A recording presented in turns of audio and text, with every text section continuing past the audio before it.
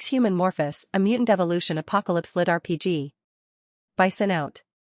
In a world turned into a game, Earth has become a dangerous place full of mutants and survivors. Jake, once lucky to be alive, now finds himself transformed into a mutant with retained intelligence. Hated by both survivors and mutants, he is all alone, surrounded by enemies. To survive, Jake must become the apex predator in this new unforgiving world. The survivor slammed another mutant with a load of buckshot to the chest.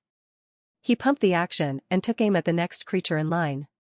He immediately fired, tearing off its oversized jaw in a spray of dark blood.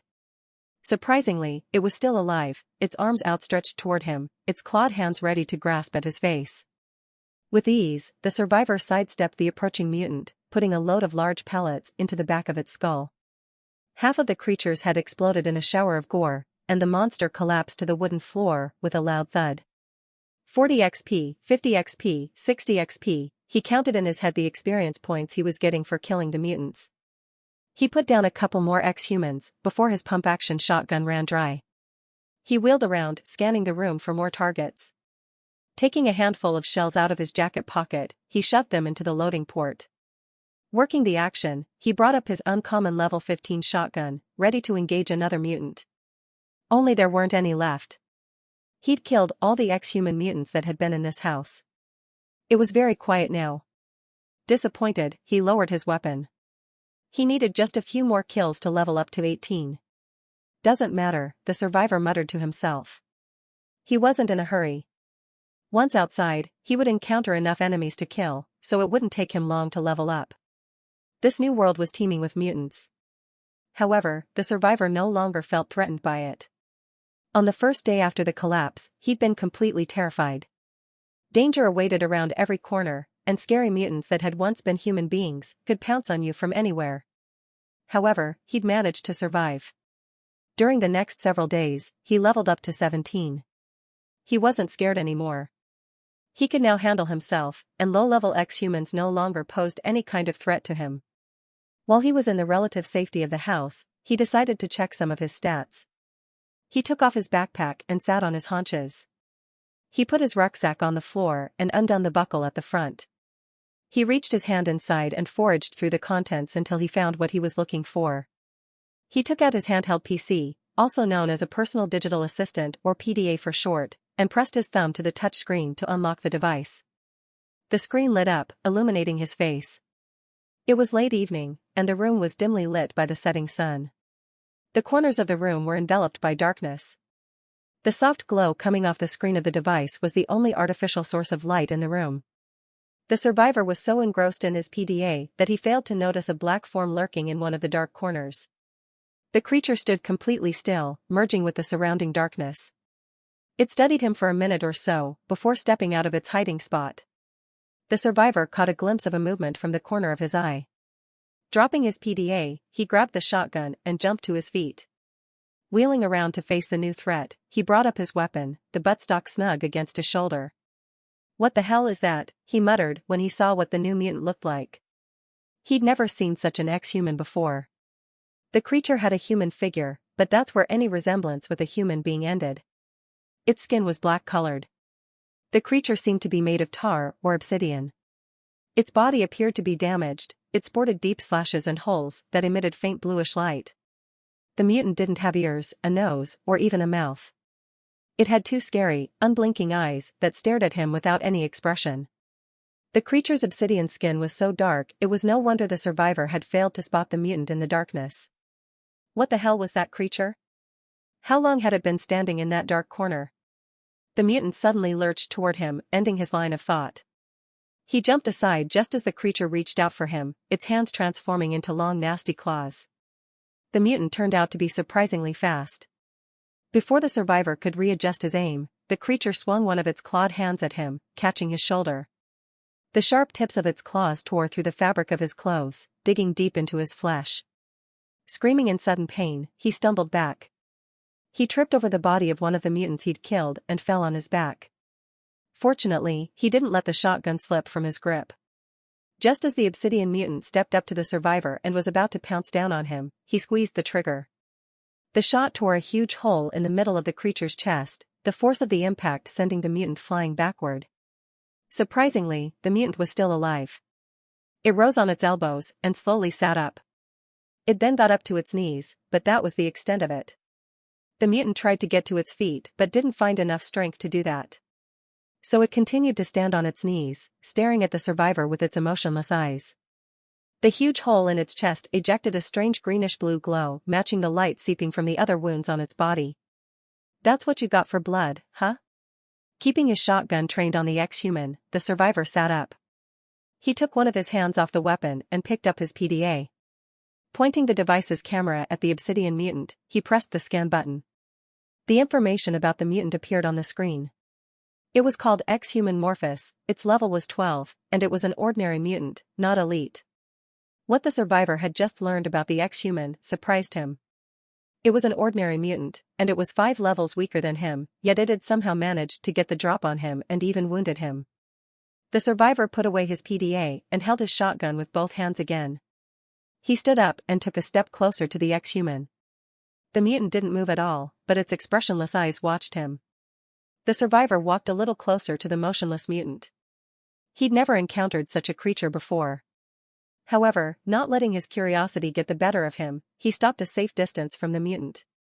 If it suddenly jumped to its feet, he would have plenty of time to shoot the monster dead.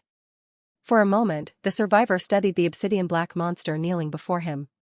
He still couldn't get over the fact that the mutant turned out to be so strong and agile even though it was only level 12 while he was level 17. He took stock of the numerous slashes and holes on its body, from which seeped faint, greenish-blue light. What had happened to the mutant prior to encountering him? Some of the holes might have been bullet wounds, so maybe before holing up in this house to lick its wounds, it had been fighting other survivors. From the look of it, the mutant had barely managed to get away from them. "Unfortunately for you, I've stumbled into this house," the survivor thought. "You should have stayed hidden instead of attacking me." He initially hadn't even been aware of its presence in the room and would have left the house without realizing it had been standing in a dark corner all along. Maybe the mutant had thought it could defeat him while he was distracted checking his stats on his PDA. He wasn't sure if the ex-humans were capable of thinking, though. As far as he knew, they were unintelligent creatures. Another question popped up in his mind. Why hadn't the Morphus attacked him while he was dealing with the other mutants? Why wait until he dealt with them? It might have had much better chances of defeating him if it had fought him alongside the other ex-humans. The survivor shook his head as if to get rid of all these thoughts. He was never going to find out what was going on in this creature's head anyway. Trying to find the answers to these questions was just a waste of time. It was time to finish the mutant off.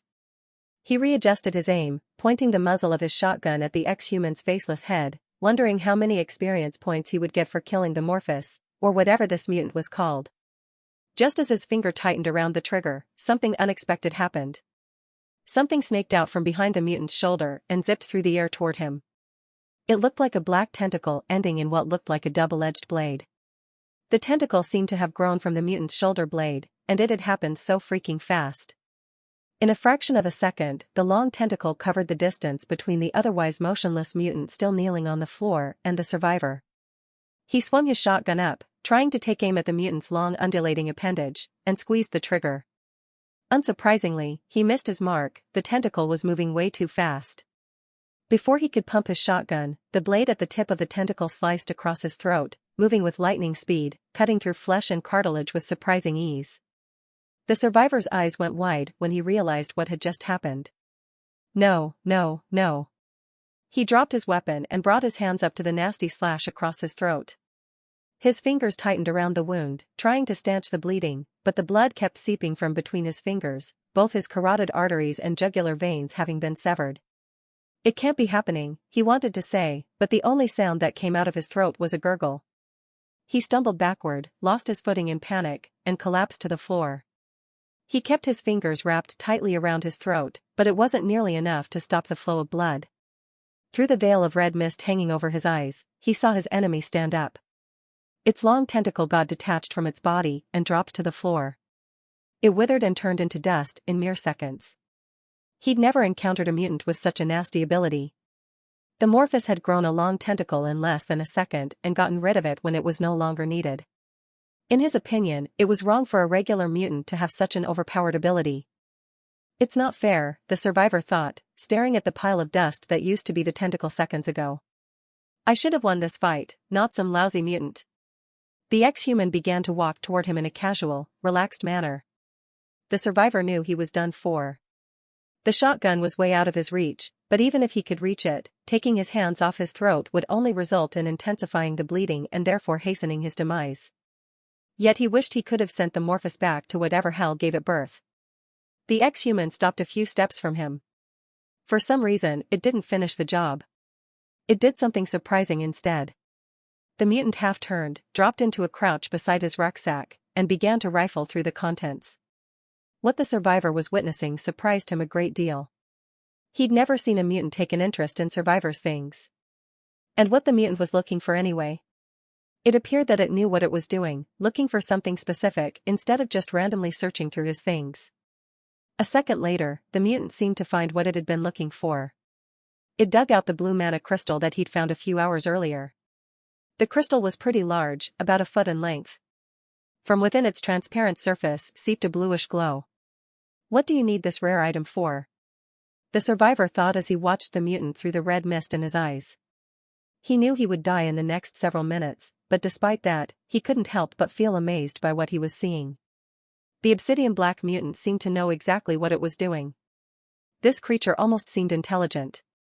Hell, maybe it was intelligent. The ex-human pushed his rucksack away, now focusing on the crystal in its hands. The mutant stared at it for a moment, then clenched it in its fist. With an audible crack, the crystal crushed. The survivor couldn't believe what he was seeing. Those things were literally indestructible, no bullets, explosions, sledgehammers, or anything else could break mana crystals. However, the one in the mutant's hand shattered as soon as the creature closed its fingers around it. It was hard to believe such a thing could be possible. Bluish energy flowed from the cracked crystal toward the mutant and vanished into its obsidian body. As soon as it happened, all its wounds began to close, including the huge hole in its chest inflicted by his shotgun. In mere seconds, all its wounds disappeared without a trace. The mutant was completely healed now. It opened its hand, and the transparent shards of the broken crystal clinked to the floor. The survivor realized he didn't have much time left. The world before him was quickly plunging into darkness.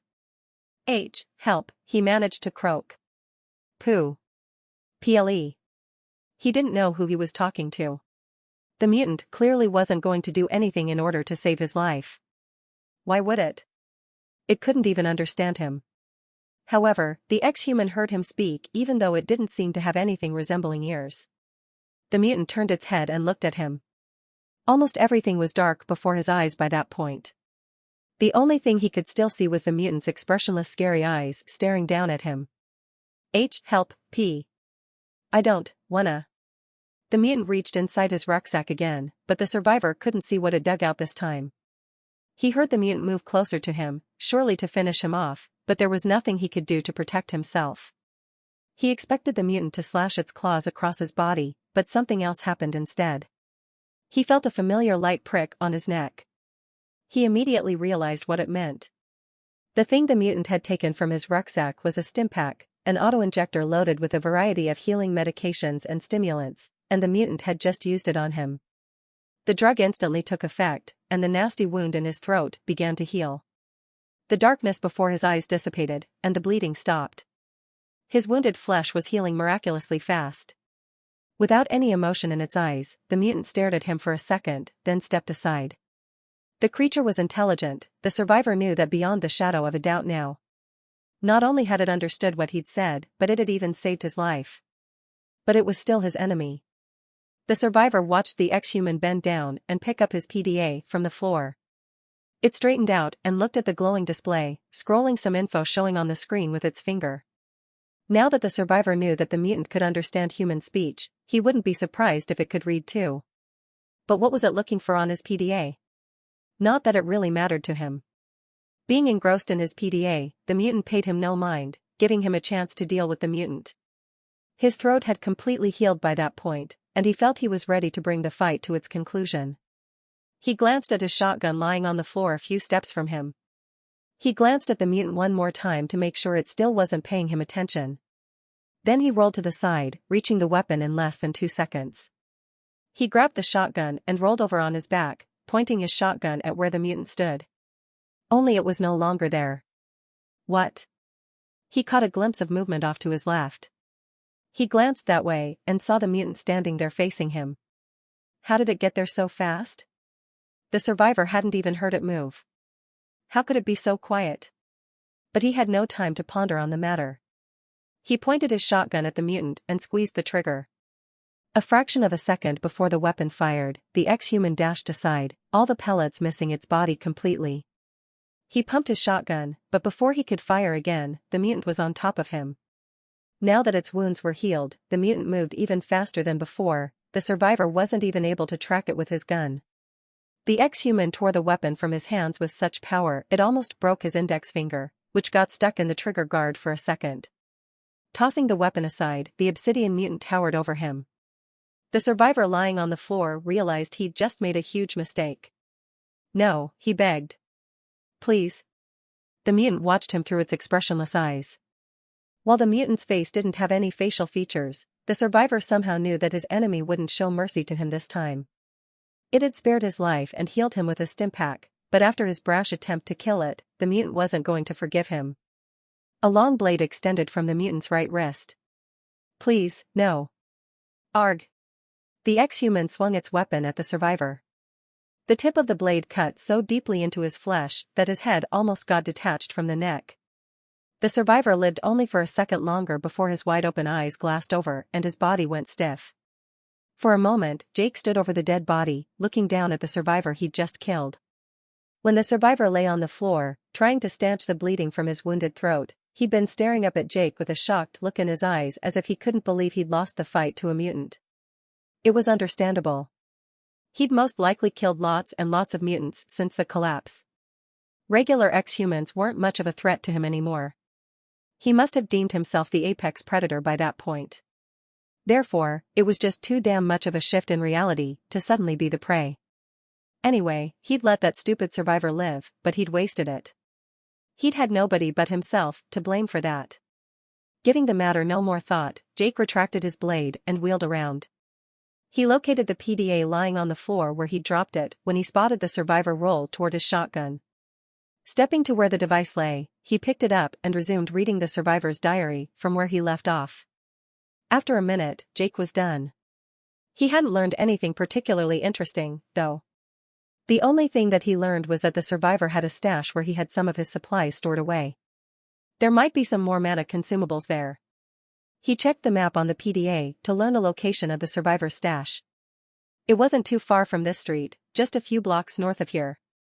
Spotting nothing else of interest on the PDA, Jake dropped the device. Thanks to his inhuman mind, he was able to memorize the exact location of the stash so he didn't need to carry the PDA on him. He looked at the rucksack one more time. It held some canned food, bottled water, shotgun shells, stimpaks, and some other stuff. None of which was of use to him, though. All of those things were for survivors, not him. All he needed were mana consumables, because they contained magical energy that was essential for his own survival. If he got lucky, he would find some more of them in the dead survivor's stash. Before leaving the house, he decided to check his stats. Unlike survivors, he didn't need a PDA or any other device to check his attributes, abilities, skills, and other stats. He could call up his statistics any time he wanted with a mere thought. Name, Jake Turner. Race, ex-Human Morphus. Evolution Stage 1, Primordial Form. Level, 12. XP, 1350/1625. SP, 0. MP, 5735. Body, 3. Mind, 1. Magic, 1. Claws, Rank 2, 39%. Common. Bladed Tentacles, Rank I, 17%. Common. Swords, Rank I, 24%. Common. Enhanced Senses, Rank 2, 96%. Common. Enhanced Agility, Rank 2, 77%. Common. Enhanced Intelligence, Rank 2, 64%. Common.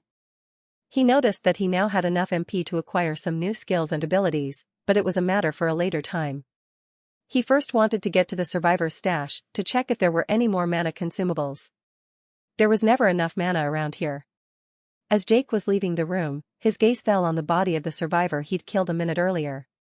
Not so long ago, he had been a survivor too until some incident turned him into a mutant. But unlike any other ex-humans, he still had his self-awareness and ability to think. Only survivors didn't know that. To them, he was just another ex-human mutant they needed to kill for XP. Having no reliable means to communicate with survivors, Jake couldn't tell them he wasn't just another mindless monster they deemed him to be. It had all started just a few days ago, with the event known as the Collapse. It was well into the night when Jake Turner's old, battered pickup truck lumbered along the winding two-lane road that led to his house. The powerful hum of the engine reverberated through the stillness of the night as the headlights carved a path through the enveloping darkness, casting dancing shadows on the overhanging branches of the trees on either side of the road. With heavy eyelids, he fought the persistent urge to succumb to sleep. The rustle of the worn-out tires over the rough road and the hum of the engine were lulling him into a trance. Jake's grip on the steering wheel tightened in a desperate attempt to stay awake. His shoulders slumped as he stifled another massive yawn. Even though the week had only reached its midpoint, he was already dog-tired and couldn't wait for the weekend. He had been working very hard, determined to earn every extra penny he could to secure a better future for himself. Despite his attempts to stay awake, he fell asleep for a moment. He was shaken awake when his pickup truck swerved into the shoulder of the road, almost sideswiping a pine tree. Cursing loudly, he spun the steering wheel to return the vehicle back onto the road. This incident jerked him back to full awareness, and for the next several minutes, he was alert and watchful. However, it wasn't long before the tiredness began to take a toll on his body again. It was then when he was half asleep that a text message emerged in his vision. Attention required. The realm known as Earth is about to be consumed by the system and integrated into the gameverse. As a citizen of Earth, you have the right to become a player. If you want to join the gameverse as a player, you first need to participate in a high-low game. If you win, you'll become a player.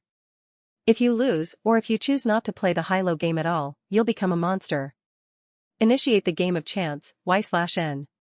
What the hell, Jake muttered. Most of the text disappeared after he read it. Only the last line remained in his vision. He kept staring at it, but it didn't go away. Under normal circumstances, Jake would have wondered what it all meant.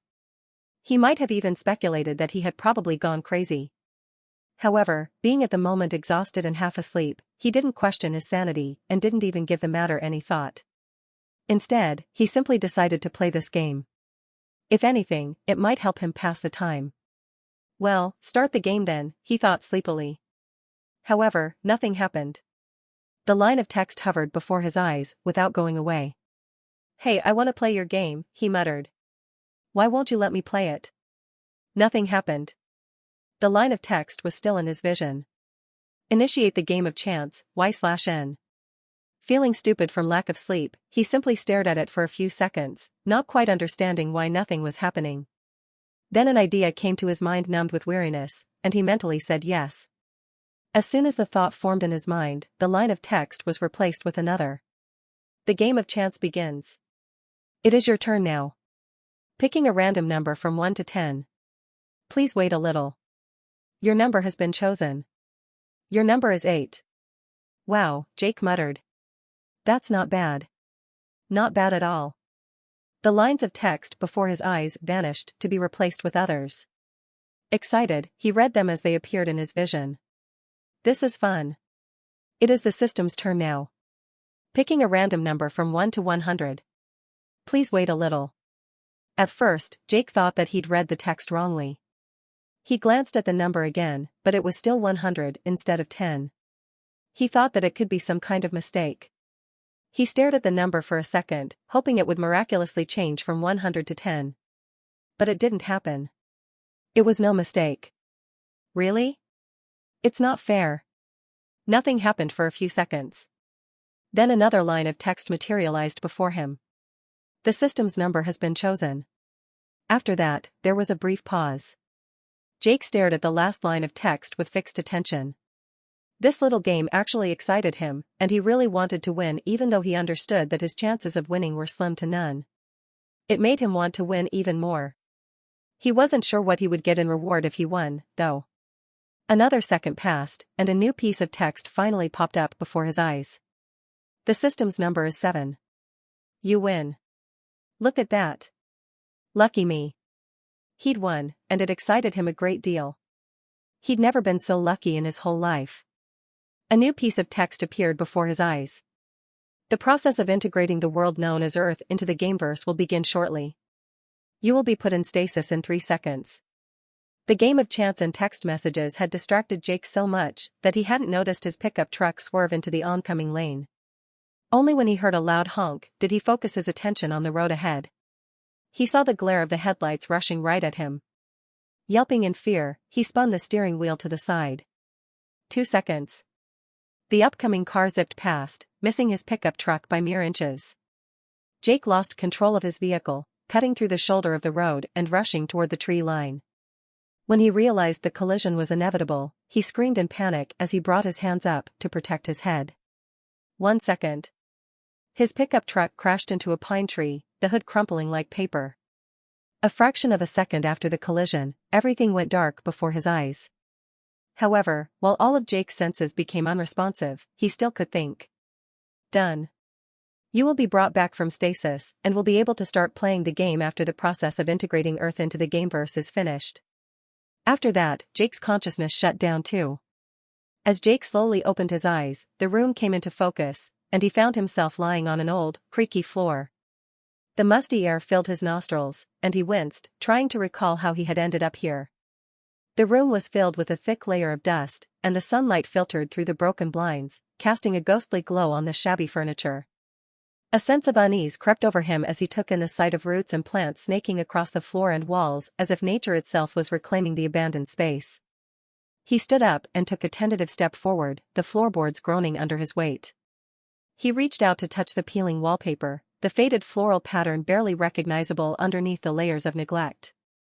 Each step stirred up clouds of dust, causing him to cough as he made his way across the room to the only window. Peering through the cracked glass, he was met with a haunting sight. The street outside was lined with long-abandoned cars, their once vibrant colors now muted and rusted from years of neglect. Weeds and grass burst through the cracks in the asphalt, reclaiming the road as their own. Buildings stood like silent sentinels, their walls adorned with a blanket of crawling vines and wild foliage. The air outside was eerily still, punctuated only by the occasional howl of the wind or the distant call of a bird. As Jake took in the desolate scene before him, a shiver ran down his spine. The world outside felt frozen in time as if nature had pressed pause on the once bustling city. It looked like a scene from a post-apocalyptic movie or a video game. How had he ended up in this forgotten place? What had happened to the world? With a furrowed brow, Jake turned away from the window, determined to unravel the enigma of his presence in this eerie, abandoned house. Sweeping the decrepit room with his gaze, he racked his brain, trying to remember what he'd been doing before ending up in this dreadful place. For a minute, nothing came to his mind. Then the memories came rushing back at him, and he remembered everything, being dog-tired and half asleep while driving home from work, seeing strange messages about some mysterious system planning to turn the Earth into something else, and then swerving off the road and crashing into a pine tree. And now he'd somehow ended up in this abandoned house in a desolate world. What does it all mean? As soon as the thought formed in his mind, a text message appeared before his eyes. Welcome, player. The Earth has successfully been integrated into the gameverse, and you have been brought back from stasis. Since you have been put in stasis, 6 years, 10 months, 27 days, 12 hours, 37 minutes, and 44 seconds have passed. What the hell, Jake muttered. New lines of text continued to materialize before his eyes. And now you are almost ready to begin your adventure, player. In this world, you are a survivor and your task is quite simple, to survive by any means necessary. Jake felt a chill run down his spine. The system had turned the world into a post-apocalyptic wasteland, in which he had to survive now. Such a prospect terrified him. What was he going to do? He was just a regular guy without any surviving experience. Seemingly oblivious to his grim musings, the system kept texting him. This is the last system message that you will ever get. All further information you will find on a personal digital assistant, a handheld PC, which will let you access all your stats as well as some other useful information. Try to get a PDA as soon as possible to sign up as a new user. The system will register you and keep all the information about you in its database. After that, even if you lose your PDA, the system will still keep track of your progress, and all your personal information will become available to you again as soon as you acquire another PDA. That's all. Good luck, survivor. Try not to die, after all, you have only one life. Have fun. All the text disappeared after Jake read it. No, no, no, Jake stuttered in panic. You can't leave me like that. What do I do now? At least tell me where I should go, what I should do, what to expect at all. He waited for a moment, but no system message appeared before his eyes. Have fun. What fun? Jake muttered angrily. Surviving in a post-apocalyptic world is no fun, damn it. This whole situation was really beginning to stress him out. His heart hammered in his chest, and his breath was coming in ragged gasps. He was about to have a panic attack. Jake leaned against the wall and sat on the dusty floor. Trying to relax, he closed his eyes and for the next several minutes, box breathed. His heart rate slowed, and his thoughts began to clear. You got this, he said mentally to himself. Compartmentalize. You always were good at that. Feeling a little better, he opened his eyes and stood up.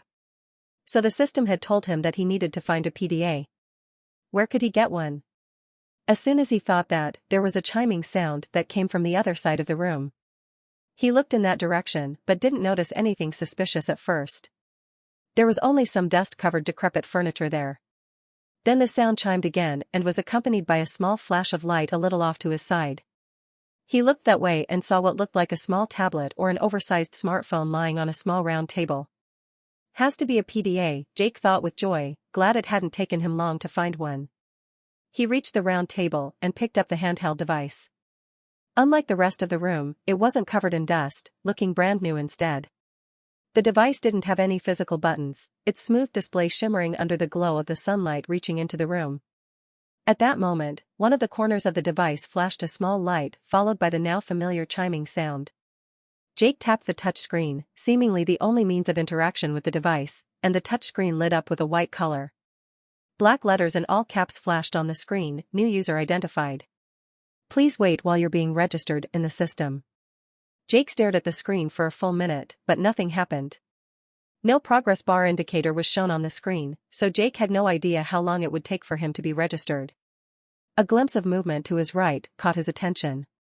He looked that way in time to see something, move outside the window.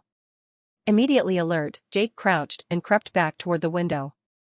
Making sure to conceal his body so it wouldn't be seen from the street, he cautiously craned his neck to peer around the edge of the frame. He saw a person shuffling down the street, moving like a zombie. It was clad in blood-stained clothes hanging in sherds from its skeletal frame. What the fuck, Jake muttered. He remembered that little game he'd played against the system while driving back home from work in his pickup truck. He'd been told that if he won, he'd become a player, but if he lost, he'd become a monster. However, it hadn't been a fair game. The system had a huge advantage over him. He'd been extremely lucky to win the game, to become a player. If every single person on Earth had had to play the game with the same unfair rules, and Jake had no reason to believe otherwise, it meant that most of the people had lost and been turned into monsters. So considering that Earth had been transformed into a post-apocalyptic world, it was safe to assume that the creature shuffling down the street had once been a human being but now was a zombie or a similar creature. At that moment, the device in his hand emitted a cheerful sound. It was much louder than the chiming sounds it had been making before, and Jake winced in fear. He glanced at the screen and saw a new piece of text appear across the middle of the screen. Congratulations! You have been registered in the system and will be able to use the device in a moment after it finishes scanning you. Jake wasn't interested in that for the time being, though. He looked through the window at the creature he'd noticed earlier. The zombie no longer shuffled along the road. Instead, it had turned to face the house Jake was in. It must have heard the cheerful sound the device had just made. Their eyes met, and the creature emitted a high-pitched scream.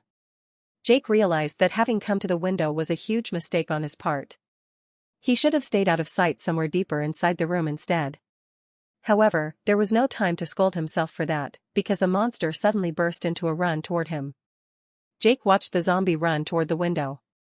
It moved amazingly fast for an undead being. though it was probably too early to call it a zombie. He had no idea what happened to the world and what the people who had lost the game of chance had been turned into. As the creature got closer to the window, he made out more details. Its skin was very pale, its fingers ended in long curved talons, and its huge mouth was filled with sharp teeth resembling those of a shark's. So a mutant was probably a better term for that creature than a zombie. The sight of the frightening creature seemed to paralyze Jake with horror as he watched the mutant reach the building. Only when the scary monster bumped against the window pane did Jake come into motion. As he stumbled back clumsily, his feet tangled up with each other. Losing his balance, Jake collapsed to the dust-covered floor. He rose on his elbows just as the mutant launched its body at the window again. It shook in its frame, but held. It seemed to make the mutant even angrier. It let go with a terrifying scream before assaulting the window once more. A spider web of cracks appeared on the glass, and when the mutant launched its body against the window another time, it finally shattered. Jake raised his arms to protect his head against the shards raining down on him. He expected the mutant to grab hold of him and tear into his body with its nasty claws and razor-sharp teeth. However, when he looked up, he saw that the mutant's hands were clawing at the air, just a few inches in front of his face. The monster was draped over the window frame, its upper body was inside the room, but its legs were still outside. Some of the glass pieces that remained protruding from the frame must have pierced its flesh, trapping the monster in place. The mutant's arms flailed before Jake, but couldn't quite reach him. Its huge jaws clacked audibly as the monster opened and closed its deformed mouth repeatedly. For a moment, Jake was too terrified to move. Then his instinct for self-preservation finally kicked in, and he crab-crawled back away from the window, in which the mutant got stuck. A couple of seconds later, he reached the other side of the room, bumping against the wall. The monster still couldn't detach itself from the window frame, the glass fragments remaining in the frame must have stabbed deeply into its body, holding it fast in place. The dreadful creature kept swinging its clawed hands in the air as it emitted screeching sounds from its throat. Jake watched the creature flail its limbs, too terrified to move. The mutant had definitely been human once, but there was little resemblance to an actual human being about it now. Its skin was deathly pale. The mouth was so wide its corners almost reached the ears. The creature kept snapping its jaws repeatedly, opening its maw impossibly wide, revealing 2 rows of razor-sharp teeth, before abruptly shutting it with loud clacks.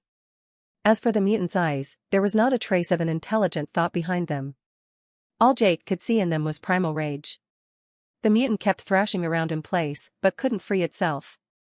Every time it jerked its body, the glass shards that had pierced its body speared deeper into its torso, slicing open its flesh. Giving no heed to it, the mutant continued to thrash around without realizing that by doing so, it wasn't accomplishing anything but only making its situation worse. The mutant was bleeding profusely, and as it grew weaker, all its movements became more and more sluggish.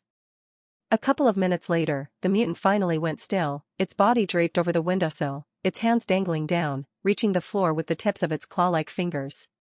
Jake kept staring at the now motionless mutant, not quite believing that it was dead. At that moment, his PDA emitted some kind of notification sound, and Jake suddenly realized he no longer had the device on him. He must have dropped it when the mutant bumped against the window, causing him to stumble back in fear and fall. He quickly scanned the room, searching for the device. He spotted it lying on the floor just beneath the mutant's upper body, dangling down from the window. Jake got to his feet. His eyes never leaving the seemingly dead mutant, he slowly approached it. The closer he got to the dead body, the slower he moved. He half expected the mutant to suddenly spring to life and lunge at him with its clawed hands, as often depicted in horror movies. To his relief, the creature remained still. Jake retrieved the device and quickly made his way back to the other side of the room, putting as much distance as possible between himself and the dead mutant. When he got back to the other side of the room, he looked at the screen of his PDA and saw a piece of text in the center of the screen. "Thank you for your patience. The device has finished scanning you, and you can freely use your PDA now. The device is constantly connected to the system, so any progress you make will immediately be saved as a backup in the system's database." Jake read the message and dismissed it with a tap. The device ran on an unfamiliar operating system, but he quickly got the hang of it. There were several tabs along the bottom of the screen. When he tapped the first one, a piece of general info filled the screen. Name, Jake Turner. Level, 1, Race, Human. Mana, 0, XP, 0/100. Huh? What the hell does it mean? Jake thought. Has the world really been turned into a video game? It was strange, but not overly so. After everything he'd recently experienced, it wasn't easy to surprise Jake anymore. He tapped the next tab, and his attributes appeared on the screen. Strength, 7, Constitution, 6, Agility, 8, Perception, 12. Intelligence, 9, Magicka, 1, Luck, 15. Jake was surprised to see that his luck was the highest. He'd never felt particularly lucky in his life, it was quite the opposite in fact. Life had always been difficult for him. However, a memory stirred within him. He'd won the game of chance against the system even though his opponent had a huge advantage over him. So yeah, maybe he was a tiny bit lucky every now and then after all. He switched to the next tab. It contained lots of miscellaneous skills such as walking, running, climbing, observing, thinking, programming, driving, and whatnot. Each of these skills had a numerical value representing the current level of the skill. The list was pretty long, and it took him some time to scroll to the bottom. He noticed that some of his skills had zeros next to them. For example, swimming, which wasn't surprising to him, considering he'd never learned to swim. The list included numerous combat skills too, but most of them were level 0 as well. His pistol skill was at 15, though. Having visited shooting ranges in the past and tried his hand at various firearms, mostly for leisure rather than practical purposes, he had some experience with pistols. With other kinds of weapons, not so much. The remaining tabs appeared locked, yielding no response when Jake tapped on them. He figured they would unlock when the right time came. The last tab that was available contained what looked like a camera application. He opened it, and the feed from the outer camera filled up the screen. Positioned at the bottom edge was a round button with the word scan inscribed within it. Jake pointed the PDA's camera at the dead body draped over the window frame and tapped the button. On the screen appeared the text, Dead EX Human Mutant, Empty. Tip: if you want to learn more about this type of mutant, scan a living specimen. He dismissed the message and then panned the camera around the room, hoping to glean some valuable information or maybe find something of use. However, the app didn't provide him with any information on his surroundings at all. Jake deactivated the scanning app and stowed the PDA in his jacket pocket. He looked around one more time to make sure he didn't miss anything and then left the room to explore the rest of the house. Jake thoroughly searched the remaining rooms of the one-story house. In one of them, he found a handgun lying on a small table. He didn't recognize the weapon, but it kind of looked like a Beretta M9. He picked up the handgun and was surprised to find it lighter than he'd expected. Maybe it wasn't loaded? He slightly pulled back on the slide to see if there was a round in the chamber. There was. He then dropped the mag and took a look at it, holding it in his left hand. The mag was filled completely, containing 20 rounds in total. He slid the magazine back into the pistol and gave the weapon another look over. He noticed that the safety lever was on. Jake then shifted his attention back to the small table. There were a few more items lying on it, a drop-leg holster and a few extra magazines. He put the pistol away for now and checked each mag. All of them were loaded to the full. He shoved them into his jacket pockets and then strapped the drop-leg holster around his right thigh. He picked up the handgun again and was about to slide it into the holster when a sudden idea came to his mind. He placed the pistol back on the table and took out his PDA. He unlocked the device and activated the camera app. Pointing the device's camera at the weapon, he tapped the scan button. The weapon stats immediately popped up on the screen. He learned that the handgun was called Bernetti, it was of common rarity, and its level was 1. It also had some stats like damage, fire rate, magazine size, and so on. The handgun stats were nothing to write home about, but it wasn't surprising at all. After all, the weapon was only level 1 and of common rarity. Still, it was better than nothing. In this new world, everything seemed to work like in a video game, so he should be able to find a better weapon at some point. When Jake tapped on the screen to dismiss the info about the weapon, he noticed that another tab had been unlocked. It was called Inventory, and when Jake opened it, he saw the list of items he had on him, a few pistol magazines. Holding the PDA in his left hand, he picked up the pistol with his right and shoved the handgun into the drop-leg holster. As soon as he did so, a new entry appeared in the inventory, the Bernetti pistol. Except for the inventory, the PDA contained no more new info, so Jake slid the device back into the inner pocket of his jacket. In one of the other rooms of the house, he found a rucksack lying on the floor in one corner. It was a good find. The rucksack was empty, but Jake was sure he would put it to good use pretty soon. He now was a survivor in a post-apocalyptic world, so scavenging would play a big role in his survival. He would have to carry a lot of things on him, of that he was sure. After putting the rucksack on, he continued to search through the house. In another room, he discovered some kind of vintage radio sitting on a table. At first, he didn't pay much attention to it, thinking it was broken and useless. However, when he was walking past the radio, it suddenly came alive. "Brave survivors are needed," Jake heard a voice coming from the radio. A gathering of ex-human walkers led by a shambler was discovered in the area. Anyone who deals with them will be rewarded handsomely. This is a recorded message that is repeated every few minutes until somebody accepts the mission. After the voice finished speaking, Jake's PDA beeped a notification sound. He took out the device and glanced at the screen. A piece of text hovered in the middle of the screen. New mission. Objective: kill 15 ex-human walkers within a particular area. Additional objective: kill 1 ex-human shambler for an extra reward. Reward: 1000 XP, 10,000 credits. Extra reward: supply drop, X1, common. Accept mission, Y/N. Jake tapped yes, and the text disappeared. He saw that 3 more tabs had just been unlocked: missions, map, and diary. He opened the first one. Sure enough, the mission he just accepted was listed in there. It didn't give him any new information, so he switched to the next tab. The layout of the house filled the screen. Above it hovered 2 buttons, local and global, and the former one was highlighted. He pressed the other button, and the layout of the house was replaced by the global map.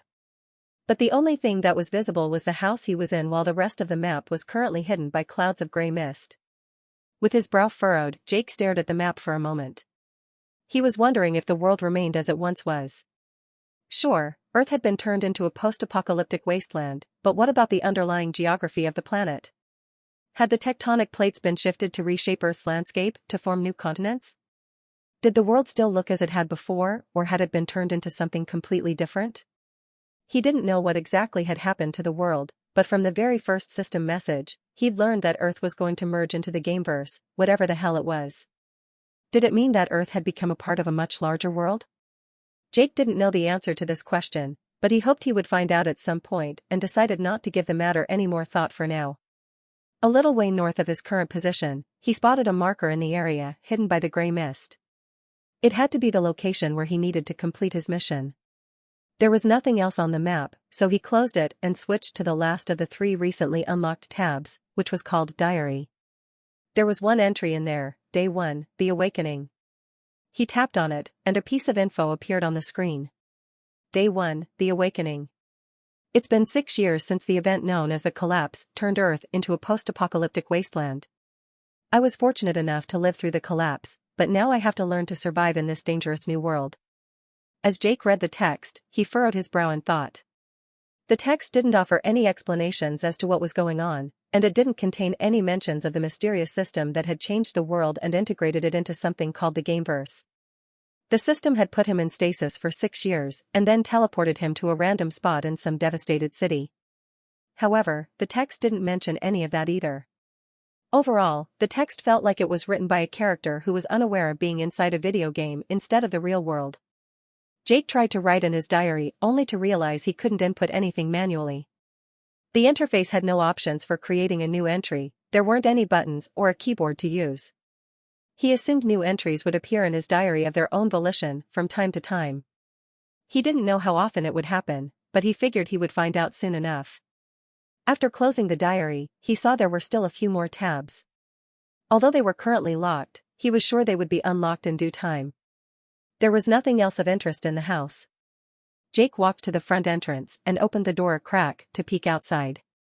After confirming there were no mutants nearby, he opened the door fully and stepped out of the house. As the day was starting to wane, Jake trudged through the overgrown streets. The once bustling city lay in ruins, and its towering skyscrapers were flayed open, exposing their steel bones to the elements. Others were nothing more than decaying skeletons against the gray, overcast sky. The eerie silence was broken only by the occasional creaking of a rusted sign or the howl of the wind.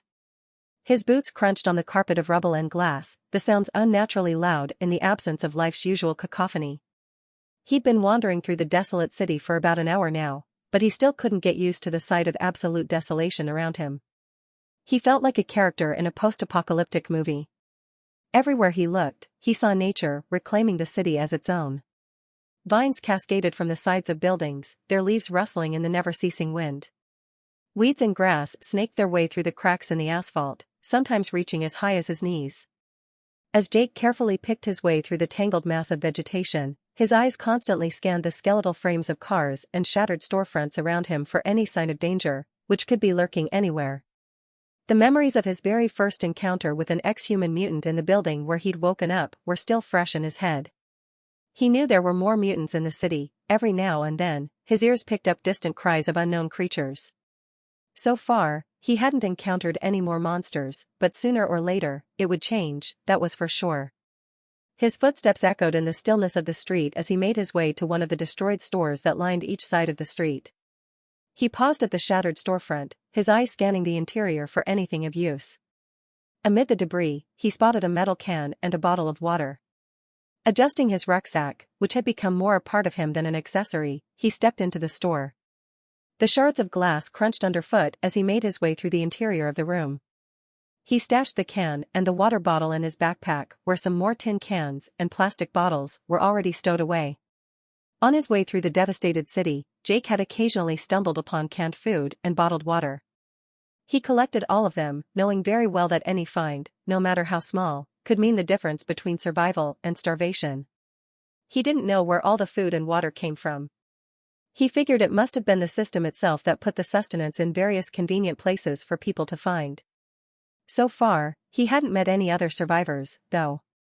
Continuing on, he made his way through the desolate streets, his head on a swivel for any potential threats.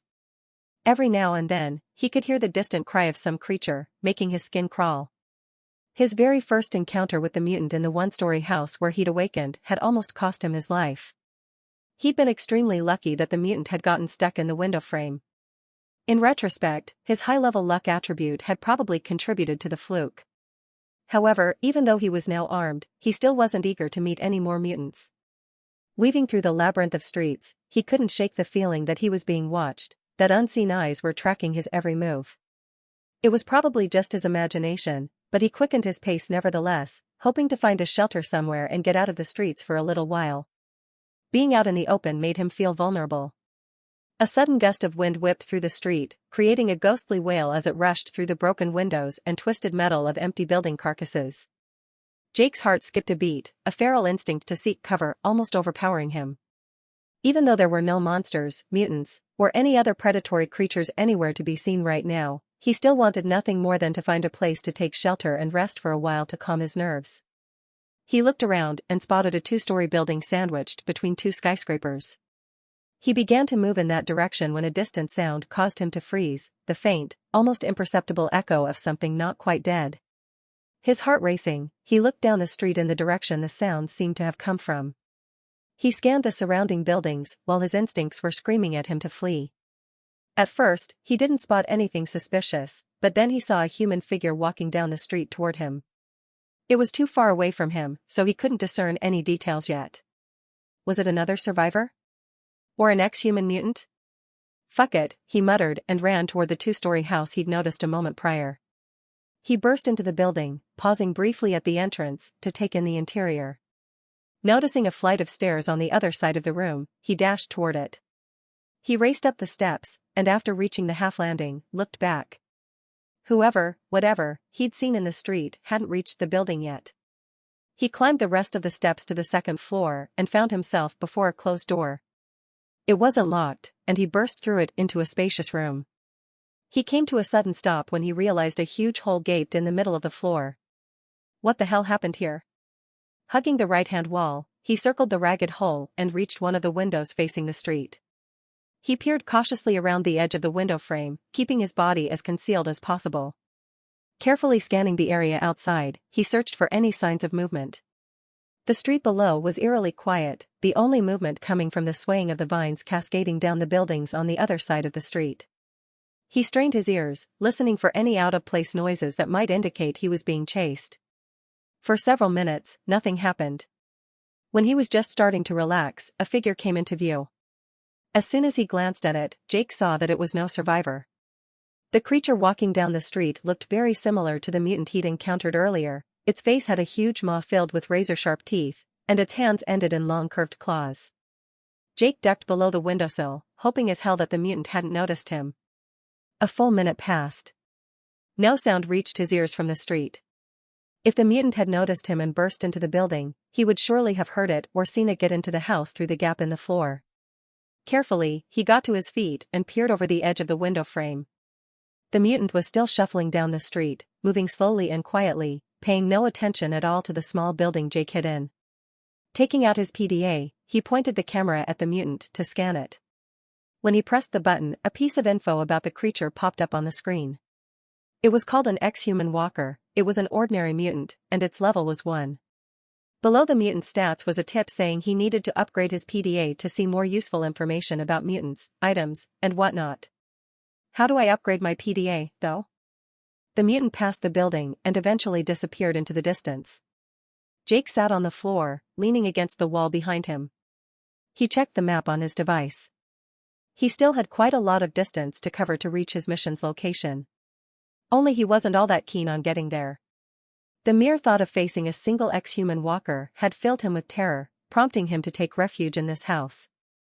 The idea of confronting 15 of these creatures, along with a mutant known as a shambler, was absolutely unthinkable.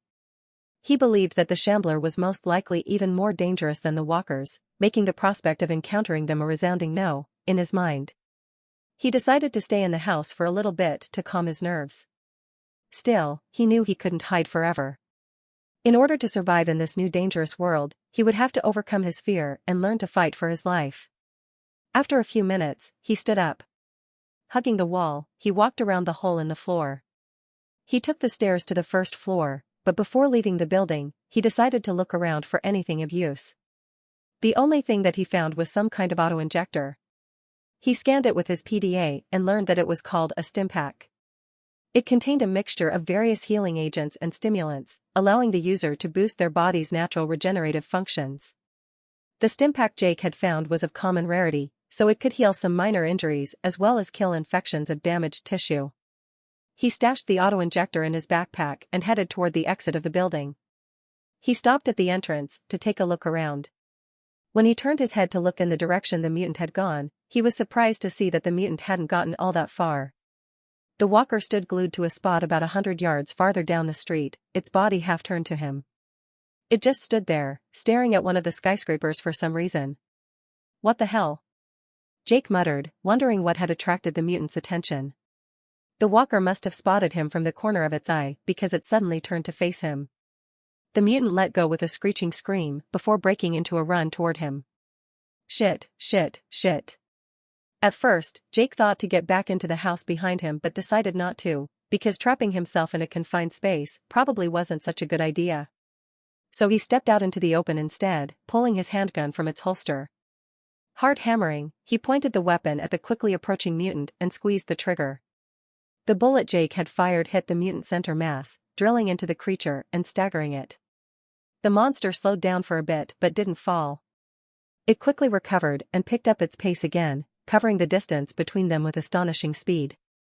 Snarling like a feral animal, the monster outstretched its arms forward, the tips of its nasty claws pointed at Jake. His pistol definitely lacked stopping power. Grinding his teeth in frustration, Jake readjusted his aim. Holding the handgun in both hands, he popped off a few more shots in quick succession. He was so nervous that a few bullets missed their target completely.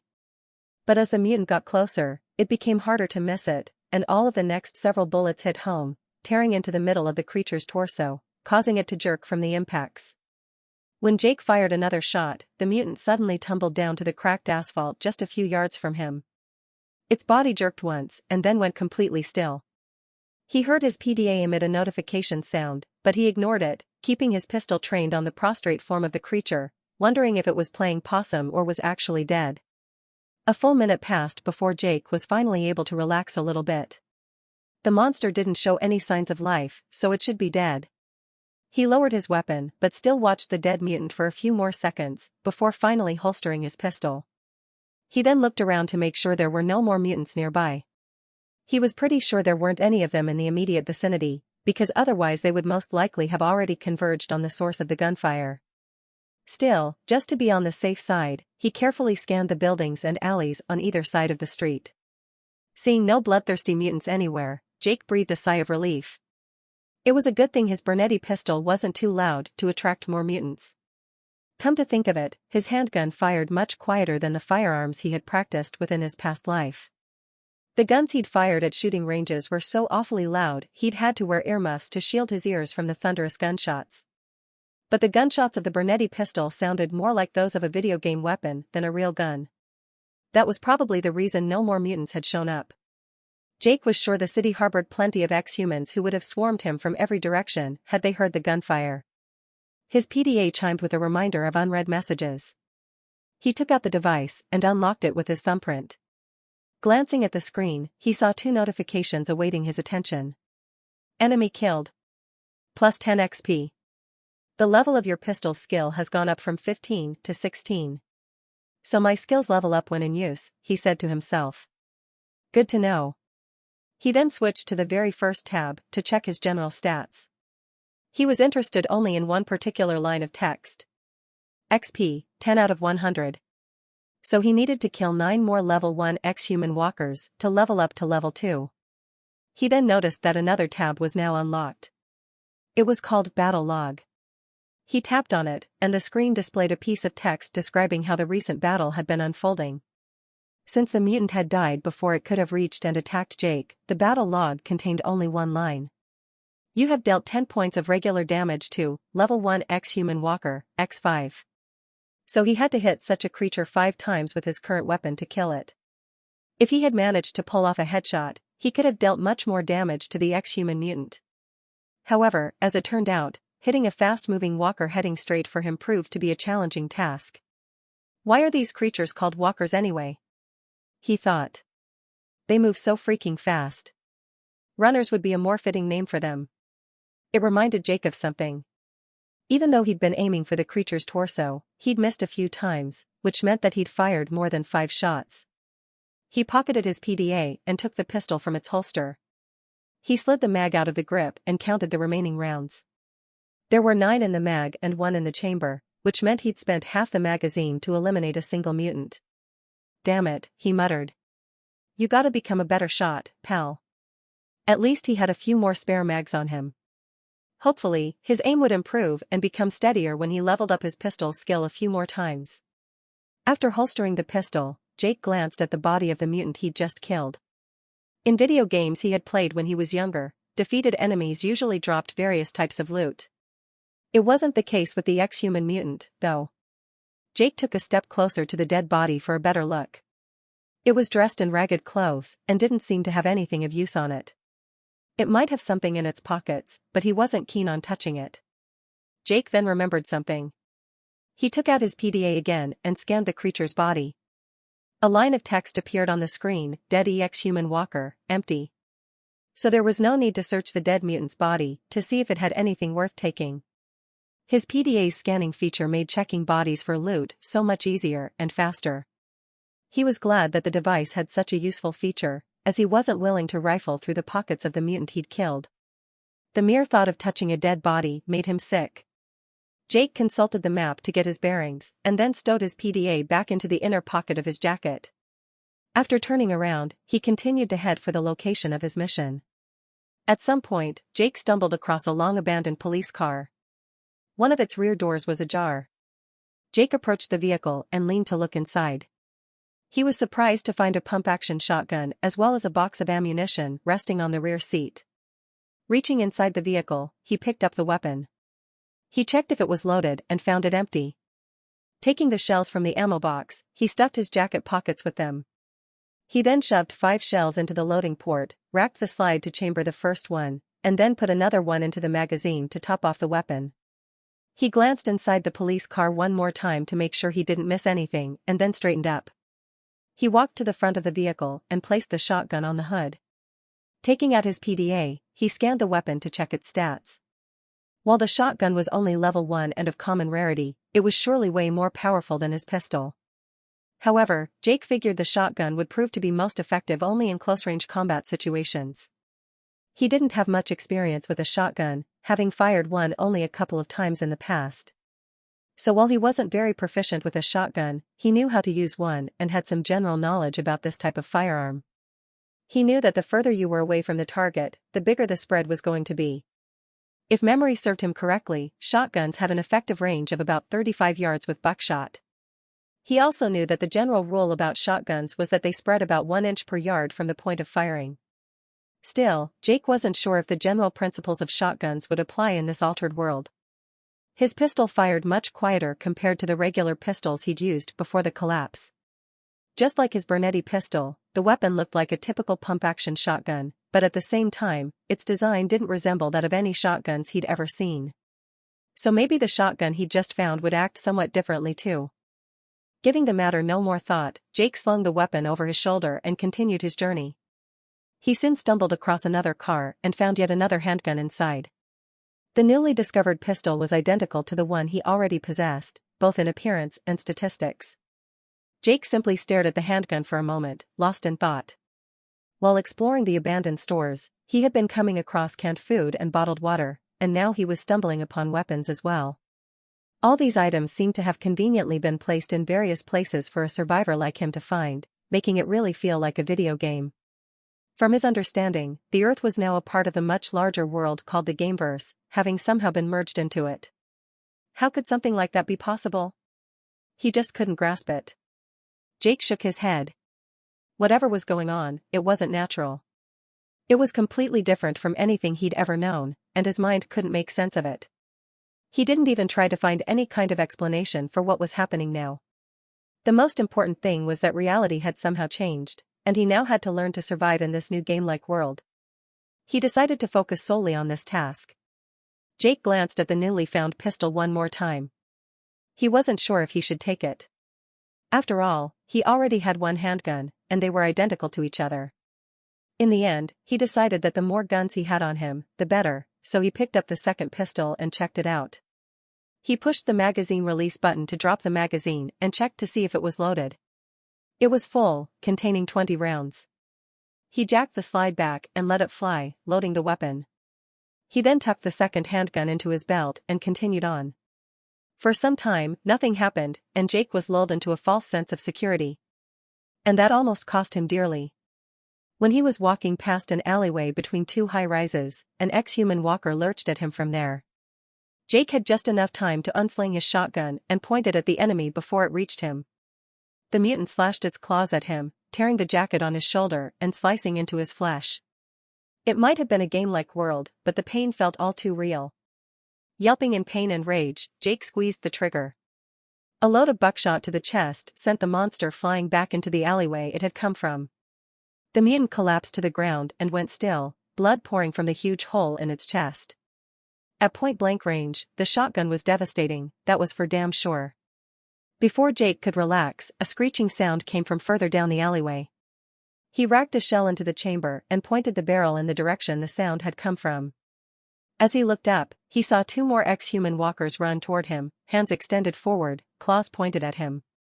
Jake slammed one mutant with a devastating shot and shifted his aim at the other one. He pumped a new shell into the chamber and squeezed the trigger, the weapon kicking him hard in the shoulder. No more shots were needed, as the mutants were dead now, both lying sprawled on the ground in pools of spreading blood. Jake peered into the alleyway, ready to engage new enemies should they show up. No more mutants popped up, though. It was all quiet again, the whistling of the wind being the only audible sound. Then his PDA beeped with an incoming message, likely informing him he received 10 XP for each mutant he'd just killed. A few more, and he would level up to 2. Taking some shells from his pockets, Jake topped off his shotgun, grimacing against the pain in his injured shoulder. After looking around one more time to make sure there were no more mutants nearby, he propped the shotgun against the wall of a building and took off his rucksack. He then doffed his jacket too and examined his wound. 4 scratches ran across his upper arm. While the wound was superficial, it was bleeding and quite painful. He dug into his pack and retrieved the stimpack he'd found earlier. He pressed the business end of the autoinjector to his wounded shoulder, feeling the firm plastic against his skin. With a quick, shaking breath, he pressed the trigger, and the sharp hiss of the device echoed in the silent alleyway. A shiver ran down his spine as the needle thrust out of the device and punctured his skin. The rush of medication flooded his system almost immediately. With a shaky exhale, he let out a breath he didn't realize he was holding as the medication began to take effect. The pain receded as the 4 scratches closed in just a few seconds, leaving behind only barely noticeable scars on his skin. Jake dropped the now empty autoinjector as he took a step back. The tension in his muscles lessened, and his breaths came easier as the medication did its work. Feeling relief, he took stock of his surroundings one more time. No enemies were in sight. He quickly put on his jacket and then heaped his rucksack onto his shoulders. The stimpaks were truly miraculous medications. He was surely going to be on the lookout for more of those. He then scanned the dead body of the nearest mutant with his PDA. Dead Human Walker, empty. He trained the camera of his device on the second dead body. It didn't have any loot either. When he scanned the third one, he saw a different message on the screen of his PDA. Dead Human Walker, Stimpak, X1. Stepping over the bodies of the first 2 mutants, Jake crouched down beside the third one. He tapped the pockets of the torn clothes it was dressed in, and sure enough, in one of them, found another autoinjector identical to the one he'd just used. Jake stowed it in his rucksack and stood up. He consulted the map on his PDA and stepped out of the alleyway, pocketing the device. After the fight with the 3 ex-human walkers, he decided not to sling his shotgun over his shoulder in case more mutants jumped him. Carrying the weapon in his hands now, he resumed his journey. Jake continued to travel through the devastated city, picking his way through the debris and overgrown vegetation. Every now and then, he was jumped by ex-human walkers. Fortunately, they only came in small groups of 2s or 3s, making it easy for him to deal with them. When he spotted larger groups consisting of more than 3 mutants, he made sure to steer clear of them. While he was becoming more skilled in fighting these creatures, he still wasn't confident enough to take on larger groups of monsters. After each encounter, he meticulously used his PDA to search every fallen mutant for any valuable loot. Some of the dead mutants had pistol rounds and shotgun shells in the pockets of their ragged clothes. Jake collected all the ammo he could find for his weapons. His combat skills, like pistols and shotguns, were gradually improving. He was receiving experience points for killing ex-human mutants, and he had even leveled up a couple of times already.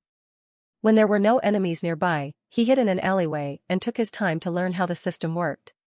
He examined all the information available to him on his PDA and learned that the system granted him 1 skill point for each level he gained, which he could allot to his attributes. He also learned that skills were governed by attributes. An attribute put a cap on every skill that was dependent on it. For instance, handguns and shotguns, the 2 currently most valuable skills to him, were governed by perception. Each point in the attribute let these 2 skills increase 10 more times. His perception was currently 12, and his pistols and shotgun skills had leveled up to 30 and 17 respectively by that point. Since they could currently increase up to 120, there was no immediate need to increase perception. Still, he allocated one of his skill points to that attribute in order to enhance his ability to see and hear and therefore sense danger in time. He put the second skill point into Constitution to make his body more resistant and reduce the damage he received. After that, he continued to make his way through the devastated city. The eerie silence enveloped the empty streets, punctuated only by the mournful wail of the wind and the echoes of his footsteps. At some point, he reached the point where a cross street seemed to be split open by a huge chasm spanning the entire street, and probably the whole city as well. Jake paused at the edge of the shattered asphalt to take in the tremendous sight. In the chasm flowed a river, surging relentlessly through the newly formed ravine. The water churned with ferocious energy, rushing through the chasm with great speed, reminding of the city's tragic transformation. Jake checked the map on his PDA to confirm that his mission's location was somewhere on the other side of the river. He looked around, searching for a way to safely cross the river.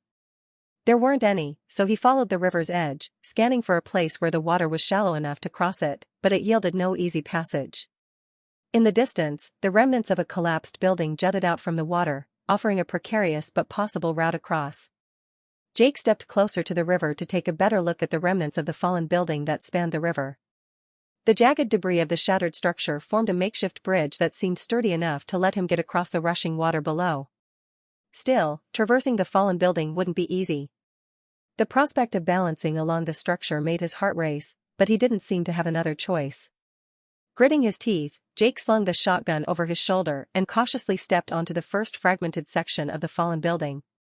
The shattered concrete and twisted rebar beneath his feet felt unsteady, causing him to pause for a moment. Still, the platform didn't give under his weight, and he decided to continue on. He took one careful step after another, sending slight vibrations through the ruins. At some point, he even had to stop, questioning his decision to take this dangerous route across. He even thought to get back, but when he glanced over his shoulder, he realized that he'd already made half the way across, so there wasn't really a point in returning. The thundering rush of water below served as a reminder of the danger as he continued to walk forward, balancing on the uneven remnants. Navigating the maze of debris, Jake leaped from one fragment of concrete to the next, his heart pounding in his chest. The relentless rush of water cascading over the fallen building made the shattered pieces of concrete slippery, and one time, Jake's foot slipped and he almost fell into the rushing water below. His heart jumped to his throat, and he had to pause for a moment to compose himself. "Shit, it was close," he muttered to himself. The remnants of the fallen building creaked and groaned beneath his weight as he continued on. The relentless rush of water threatened to knock him over into the river below. With every step and jump he took, his pulse quickened and his adrenaline spiked. Finally, he reached the opposite side of the collapsed building. Only between the edge of the platform he stood on and the pavement on the other side was a gap. It was too wide for him to simply step over, so he had to leap across. He took a second to prepare himself, then took a deep breath and, summoning all his strength, propelled himself forward. The wind whipped through his hair as he sailed through the air, the water rushing beneath him. A rush of adrenaline coursed through his veins, and as the ground approached with alarming speed, he braced for impact. With a grunt, he landed on the other side of the gap, and a triumphant grin spread across his face. He did it. He glanced back to look at the treacherous makeshift bridge he'd just taken to cross the river. It was no small accomplishment, that was for sure. He then continued his journey, the rush of the river fading into the distance until it no longer could be heard or seen. At some point, he paused and dug out his PDA. When he consulted the map, he realized he was just a stone's throw away from his destination. Holding the device in one hand, he walked along the street until he reached the shattered entrance to a high-rise building. According to the map, it was the right place. He stowed away his PDA and unslung his shotgun. He peered into the interior through the shattered entrance, but all he could see was more debris. Still, he knew that somewhere in the building lurked at least 15 walkers and one shambler he had to kill to complete his mission. Would those mutants attack him all at once? He sure as hell hoped not. So far, he'd only dealt with groups of 2 or 3 mutants at a time. Dealing with a larger group would surely prove to be quite challenging. Also, he'd never encountered any shamblers yet, so he had no idea what to expect from this new type of mutant. Shouldering his shotgun, he took a deep breath and stepped into the building. Broken glass crunched underfoot as he picked his way through the devastated main hall of what had once been an office building. The buttstock snug against his shoulder, Jake slowly moved across the room, leading with his shotgun and scanning the space with his eyes. Everywhere he looked, he saw piles of debris. Off to his right, he spotted an elevator. The door was missing, and through the opening could be seen the empty shaft. On the side of the hall opposite the entrance were the stairs leading up, at least, what was left of them. Most of the steps had long since disintegrated into crumbs, making the stairs unusable. As far as Jake could tell, there wasn't any way to get to the upper floors. However, there were several doorways branching off to other sections of the first floor. Except for the glass shards crunching under his boots, the hall remained eerily quiet. He carefully surveyed his surroundings, searching for enemies, but couldn't find any. The mutants he'd come here to kill must be lurking somewhere in the other rooms on the first floor.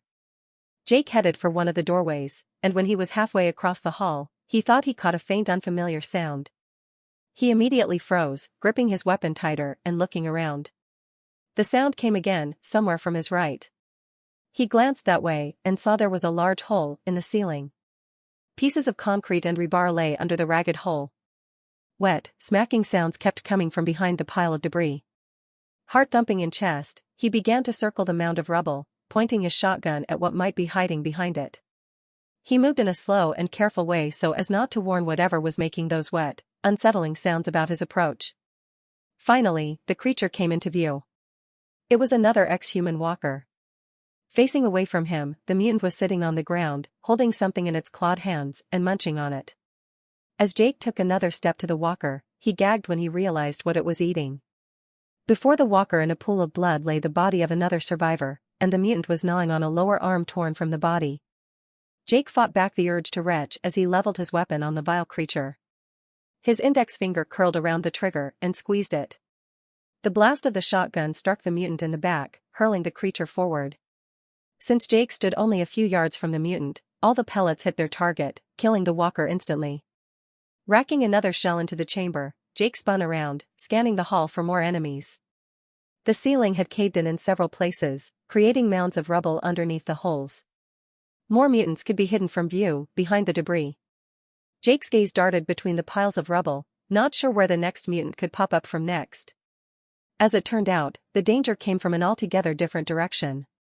He heard a screeching scream behind him and spun around in time to see another walker appear from one of the doorways. A second later, another scream came from a corridor off to his left. Then he heard yet another creature yell, and then another, and another. More and more mutants were converging on the hall from other sections of the first floor. Jake turned to face the mutant that was the closest to him, tracking its movements with the muzzle of his weapon. He lined his iron sights on the creature as it moved toward him on all fours, like a rabid dog. Pausing briefly, it bent its limbs at the knees, before propelling itself forward with the explosive force of a coiled spring. Jake pointed his weapon at the mutant sailing through the air toward him and pulled the trigger. The blast of the shotgun caught the mutant in midair, hurling it backward with great force. 2 mutants down, 13 more to go. At least, Jake hoped there wouldn't be any additional creatures in the building. The evil creatures closed in on him from various directions, coming out of different doorways and corridors. The only way that was free of them lay behind him, so Jake began to back up, moving toward the entrance. The mutants came after him, some of them moving like humans, while others scurried on all fours like dogs. The latter moved faster than walkers, and their anatomy seemed to be altered as well, which led Jake to believe they were a different breed of ex-human mutants. Their backs were hunched, and both their hind legs and forelegs looked almost the same, ending in long curved claws. Those creatures seemed to be unable to walk on 2 legs like humans. However, at the moment, he didn't have time to take out his PDA and scan these new mutants for further information about them. Jake shot another 4-legged mutant that was about to jump at him. While he tried to keep his cool, Jake was getting nervous, which spoiled his aim. Some of the pellets hit the mutant, but the rest missed their target completely. He pumped his shotgun and finished the wounded creature with a second shot. He had only 2 shells in his weapon now. He fired at another 4-legged monster, killing this one with a single shot. These creatures on all fours moved faster and were more agile than regular walkers. Luckily, there seemed to be only 2 of them left, and they both currently lagged behind the walkers. The latter moved pretty fast, but didn't exactly run, moving in a clumsy, stumbling way as if there was something wrong with their legs. Jake used this opportunity to top off his shotgun, taking shells out of his jacket pockets and shoving them into the loading port. By the time he finished, the last 2 4-legged mutants had gotten in front of the walkers. Before he could aim at them, the 2 of them simultaneously leaped forward. Jake hastily squeezed a shot, slightly injuring one of them. The wounded creature brushed against his side, causing him to lose his balance and fall to the floor. The 2 creatures landed behind him at the entrance to the building, effectively cutting off his escape route. Jake didn't know if this was their plan all along or not, but he sure as hell hoped they weren't that smart. If they could strategize how best to take down their prey, they would prove to be way more dangerous opponents than he'd initially thought. It wasn't the right time to ponder the matter, though. 2 of the walkers had already reached him. He blew a huge hole in the chest of one of them, but when he shifted his aim to the second mutant, it lashed out at his hands holding the weapon. Jake yelped in pain when the sharp claws raked his flesh. The mutants ripped the shotgun from his grip. Weakened by the injury he sustained, Jake was unable to prevent his weapon from being wrestled away from him. Seeing that he no longer had the powerful shotgun in his bleeding hands, the rest of the mutants appeared to sense the advantage. They quickened their pace, closing in on Jake from all directions. The ex-human mutant had a deformed body. Half of its frame had some kind of organic, pulsating matter growing all over it. Something like a large bulbous tumor was on the right side of the creature's face. The right arm of the mutant was fully covered in disgusting organic growth, making it almost twice as thick as its thigh, and it was so long it reached down past its knees. Its right leg was somewhat bigger than its left one due to tumors clinging to it. The entire right side of the mutant was covered in those organic-looking lumps and swellings. Ulcers and sores could be seen on the creature's skin, some of them oozing yellowish pus. The mutant's left arm, which was unaffected by the growth, looked tiny and infantile compared to the mutated right one. The large mutant began walking down the corridor toward Jake, moving in a slow and shuffling manner. Due to its heavy frame and unbalanced body, the mutant couldn't walk fast. It seemed to have trouble walking on its disproportionate legs, which struggled to support the body's weight. This mutant had to be the shambler he needed to kill. He wasn't in a hurry to open up on it with his gun, though. Provoking the shambler with gunfire would piss it off, and Jake wanted to avoid further agitating it for now. He had a feeling that eliminating the shambler wasn't going to be easy. Jake wasn't sure if he wanted to engage it at all. His main objective was only to slay 15 walkers. Killing the shambler was a secondary objective, but it wasn't mandatory. So he could just run away from the shambler instead of fighting it. The problem was that there wasn't anywhere he could run. There were no doors, windows, or any other openings on either side of the corridor. The doorway behind him was blocked by the two struggling walkers that were still having trouble getting through. Jake would have found it hilarious had he not been in such a dangerous situation. The shambler suddenly picked up its pace. It didn't exactly run, but it was now moving much faster than Jake had thought it could, quickly closing the distance between them. Cursing under his breath, Jake brought up his shotgun and pointed it at the quickly approaching huge monster. From this close, the blasts from his powerful shotgun sent smaller targets like walkers or leapers flying backward. Since the shambler was so much larger than a typical ex-human mutant, Jake doubted his weapon would have the same impact on it. Still, when he fired, he was surprised that the blast from his shotgun failed to slow the shambler down even a little bit. Its body winced as the load of buckshot perforated its flesh, but other than that, the shot didn't affect it at all. As the shambler drew nearer, quickly closing the gap between them, Jake grew increasingly nervous. He pumped another shell ready and pressed the trigger again, achieving pretty much the same result. Some of the pellets penetrated the mutant's normal flesh, causing it to bleed. The rest of them sank into the organic growth on the right side of its body with a sickening wet sound. The disgusting growth swallowed the pellets, and then the wounds closed almost immediately. The organic matter that covered the right side of the mutant acted like a sponge for bullets, creating a protective layer. Jake racked another shell into the chamber, but this time pointed the muzzle of his weapon at the monster's disproportionate head. Sensing his intention, the shambler brought up its oversized right arm to protect its head just before Jake squeezed the trigger, and all the pellets sank into the organic mass, doing no real damage to the mutant at all. Cursing loudly, Jake chambered another shell, but before he could fire, the huge monster finally reached him. Its huge mutated arm swung in a powerful arc, hitting him with the force of a freight train. He flew sideways, to crash against the wall of the corridor before tumbling to the floor. He groaned as the intense pain threatened to overwhelm him. Fighting against darkness creeping into his vision, Jake looked up and saw the shambler lift its mutated arm, poised to deliver the final blow. He thought about rolling to the side but wasn't sure if he would be able to do so in time due to his injuries. So he grabbed his shotgun lying nearby and pointed it at the mutant's good leg instead. The blast from the powerful weapon obliterated the shambler's kneecap. The mutant's aim faltered as it collapsed, its massive fist landing next to Jake's head instead of crushing it to a pulp. The shambler immediately tried to get up but underestimated the severity of its injured left leg, losing its balance and tumbling once more to the floor. A commotion at the doorway attracted Jake's attention. He looked that way and saw that the two walkers had finally managed to squeeze through the doorway into the corridor. Jake, still on the floor, swiftly rolled on his stomach and pointed the shotgun at the two approaching walkers. When he fired, the pellets spread wide enough to hit both mutants in the legs, causing both of them to tumble face first to the floor. Undeterred, they crawled forward, relentlessly trying to get to him. He fired again, blowing the head of the nearest walker to pieces. As Jake aimed to take down the second walker, a dry click echoed from his shotgun. The weapon was empty, and he had no more spare shells on him. Releasing the shotgun, Jake swiftly rose to his feet, scanning his surroundings. the remaining walker kept crawling toward him. Meanwhile, the shambler had risen to its knees, but its wounded leg prevented it from getting to its feet. Jake drew his pistol and with a couple of precise headshots finished off the crawling walker. He then shifted his aim at the kneeling shambler. The mutant brought up its mutated arm to protect its head, but Jake circled the immobile creature, emptying the whole mag into the back of its head. When the last bullet tore into its skull, the shambler finally died, collapsing onto its side. The slide on his pistol locked back, but luckily, Jake had a few spare mags on him. In one fluid motion, he swapped out the empty magazine for a fresh one, giving the slide a sharp release to chamber a round.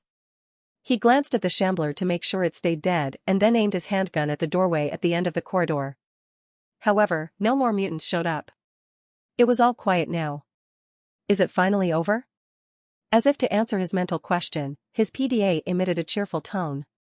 Jake waited a minute or so to make sure there were no more mutants to kill before finally sliding the pistol into its holster on his right thigh. Retrieving his PDA from the inner pocket of his jacket, he unlocked the device with a press of his thumb on the screen. A bunch of notifications popped up on the screen. You have gained 300 XP for killing EX Human Walker, X30, 10 XP each, 125 XP for killing EX Human Leaper, X5, 25 XP each, and 50 XP for killing EX Human Shambler, X1. Mission accomplished. For completing both primary and secondary objectives you have received 1000 XP, 10,000 credits, and a supply drop, X1, common. Excellent job. You have gained enough XP for leveling up from 3 to 5. You have gained 2 skill points. Congratulations, survivor. I fucking did it, Jake exhaled, with a mix of exhaustion and relief in his voice. Overwhelmed by stress and fatigue, he crumpled to the floor. Just as one of the walkers was about to pounce down on Jake, he pulled his second pistol from his waistband and put 2 rounds into the creature's face. As the now-dead mutant began to fall, Jake rolled to the side before its body could collapse on top of him. He jumped to his feet, firing a few hasty shots at the other walkers to deter them from coming at him. They continued to move toward him, but the bullets punching their bodies slowed their advance. The 2 four-legged mutants were still guarding the entrance to the building, so Jake burst into a run across the hall instead. He fired blindly at the walkers chasing him and was rewarded with the thump of a body hitting the floor. One more mutant down, but how many more to go? He'd already lost count of the mutants he'd killed, as he was solely focused on staying alive. Spotting his shotgun on the floor where one of the mutants had flung it, he dove for the weapon. He stuck his pistol back into his waistband and grabbed the shotgun. Just as he glanced back, he saw 2 of the walkers were almost on top of him. He killed one of them with a blast to the head, blowing it apart, then pumped another shell ready, and with a second shot, punched a huge hole in the other one's chest. He then spun around and broke into a sprint before the rest of the walkers could close the distance. He dug into his jacket pocket and fished out a handful of shells. Some of them slipped from his grasp and dropped to the floor, but he couldn't spare a moment to pick them up. He hastily loaded the shells into the weapon on the run, all too aware of the claws skittering across the floor behind him. Glancing over his shoulder, he saw the 4-legged mutants had joined the chase, with one rapidly gaining ground on him. He spun around, bringing the weapon to bear on the approaching monster, but before he could fire, the creature launched itself through the air toward him. The mutant's body slammed into him, knocking him off balance and causing him to land on his back. The impact was so powerful that everything went dark before his eyes for a second. As his vision cleared, he found the mutant on top of him, its jaws locked around the shotgun he held horizontally in front of him. The mutant growled as its jaws clamped down harder on the gun in an attempt to break through the metal barrier that separated it from its prey. Jake removed one hand from the shotgun, drew the pistol from his waistband, and pressed the muzzle against the creature's head. He squeezed the trigger repeatedly until the monster's body went limp and collapsed to the side. He wrenched his weapon from the dead mutant's jaws and rose to his feet, gripping the shotgun in one hand and the pistol in the other. When he looked up, he saw several walkers quickly closing in on him. He fired his pistol at them one-handed, killing 2 of the mutants and wounding some of the others. The slide on the pistol locked back, and he discarded the empty gun. The other pistol remained snug in its holster on his right thigh. Jake brought up his shotgun and, gripping it with both hands, unleashed a blast of buckshot at the nearest walker, killing it instantly. Out of the corner of his eye, he caught a glimpse of movement. Glancing that way, he saw the second 4-legged mutant charging at him from the side. He swung his weapon toward the new threat and squeezed the trigger too soon, causing most of the pellets to miss the target. The creature staggered as some of them punctured its flesh, but continued to run toward him. He fired again, this time inflicting a more substantial amount of damage on the creature, yet the creature remained alive. The third time's the charm, Jake thought hopefully as he readjusted his aim. However, the four-legged mutant must have decided it had had enough. Just before he fired his shotgun, the creature dashed to the side, dodging the shot. The walkers were getting closer to him, so he decided not to waste any more time and shells on the severely wounded four-legged mutant. It would most likely succumb to its injuries and bleed to death soon enough. He quickly looked around. There were no more four-legged mutants anywhere to be seen, which was a relief. Those creatures were way faster than the walkers and seemed to be smarter than them too, which made them more dangerous opponents. However, the hall was still teeming with walkers. He killed the one that got dangerously close to him and then looked behind him. He saw a doorway leading into a corridor. Recognizing a strategic advantage of establishing a choke point, Jake wheeled around and sprinted toward the door. He dashed a few meters into the corridor before halting and turning around to face the doorway. The walkers had yet to show up. He decided to use this brief respite to top off his shotgun. But when he dug into his left jacket pocket, he realized it was empty. Luckily, he had a handful of shells in the other pocket. By the time he reloaded his shotgun, the first walker had appeared in the doorway. Jake let it get a little closer before obliterating its head with a blast from his shotgun. Another ex-human walker emerged in the doorway, meeting the same fate as its predecessor at Jake's hands. The walkers were now at a great disadvantage, forced to enter the corridor one at a time and unable to surround him. It didn't stop them from coming, though. They kept getting into the corridor only to be shot dead seconds later.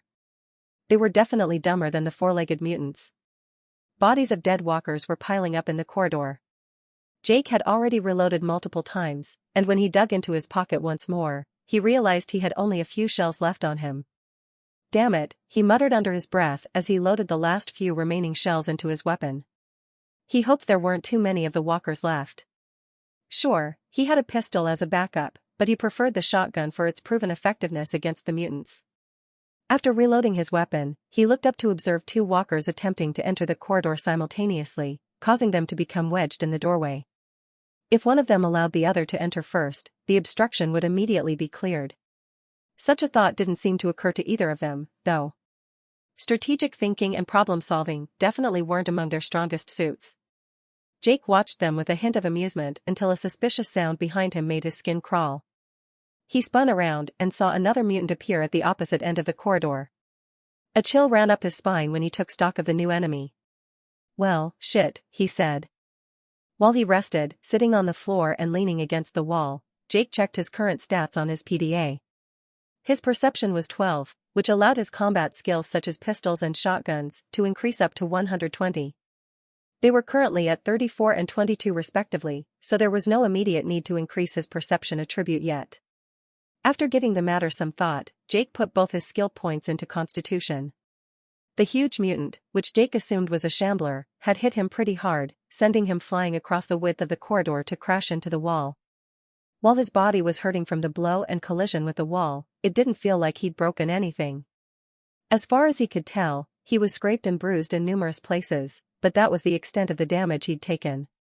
He didn't bleed, not much anyway, and while his ribs were sore, he didn't think they were broken or cracked.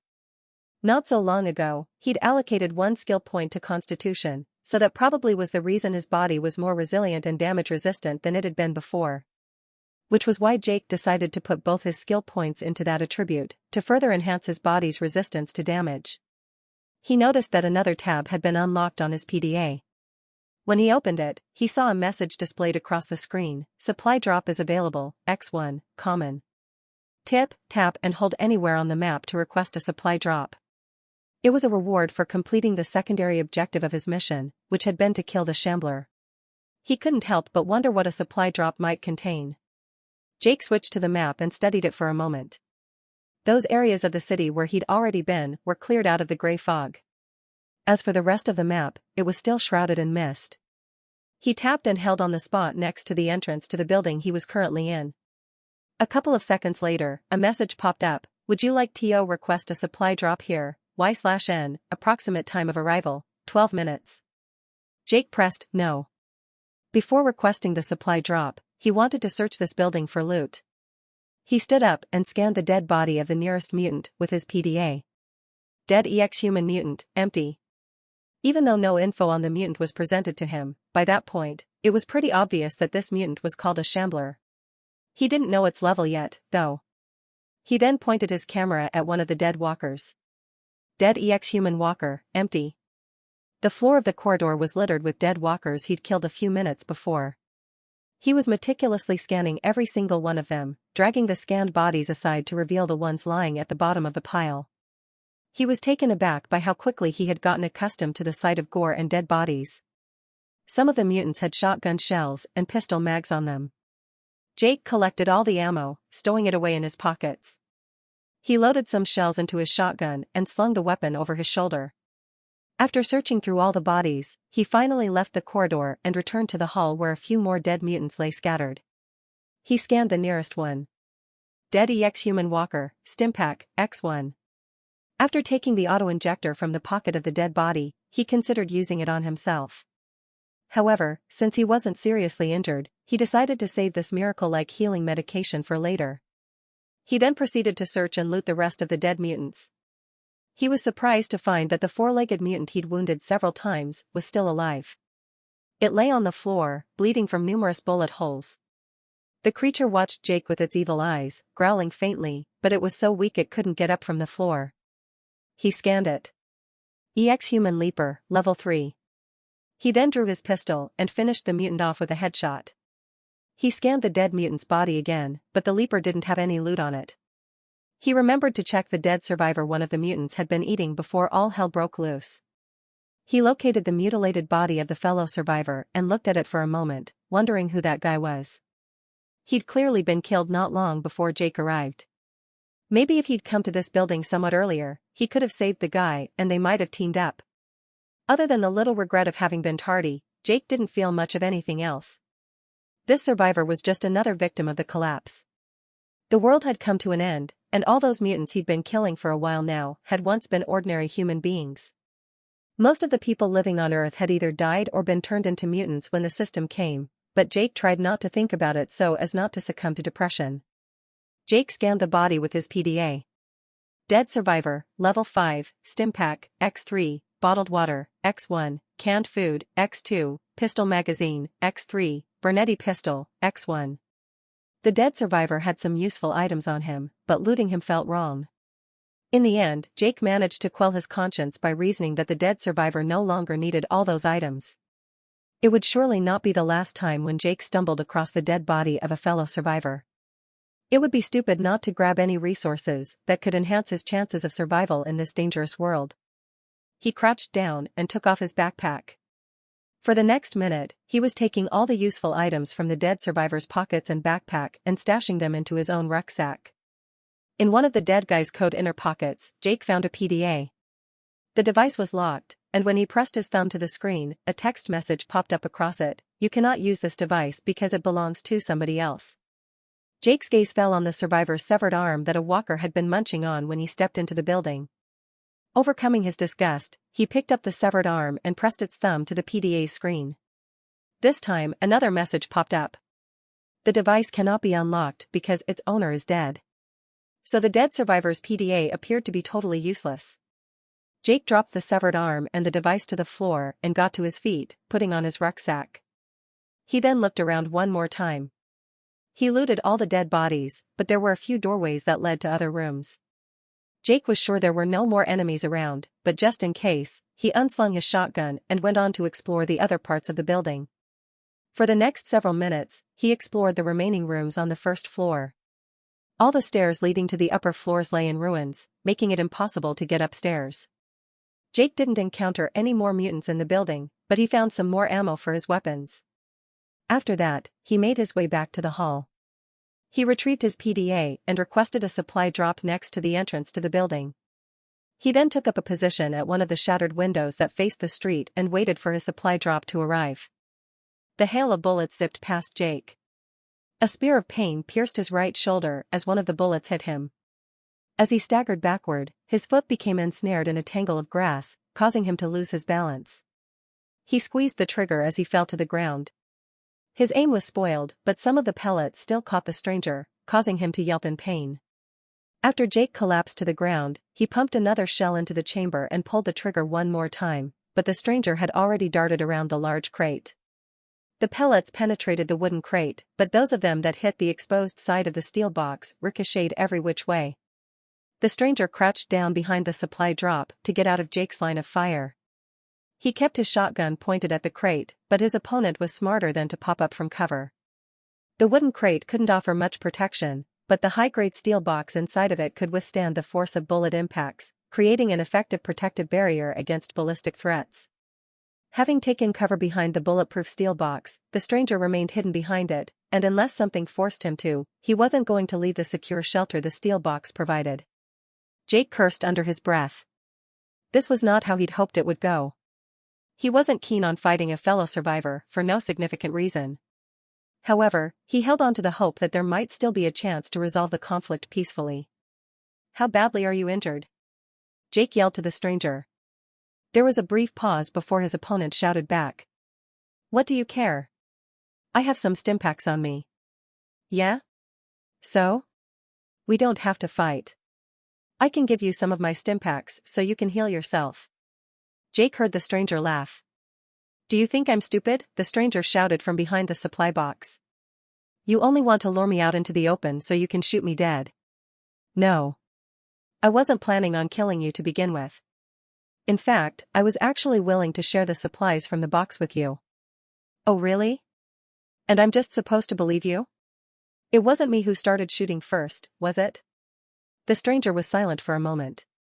"You were pointing your shotgun at me," the stranger finally said. "Yeah. You can't be too careful in this world.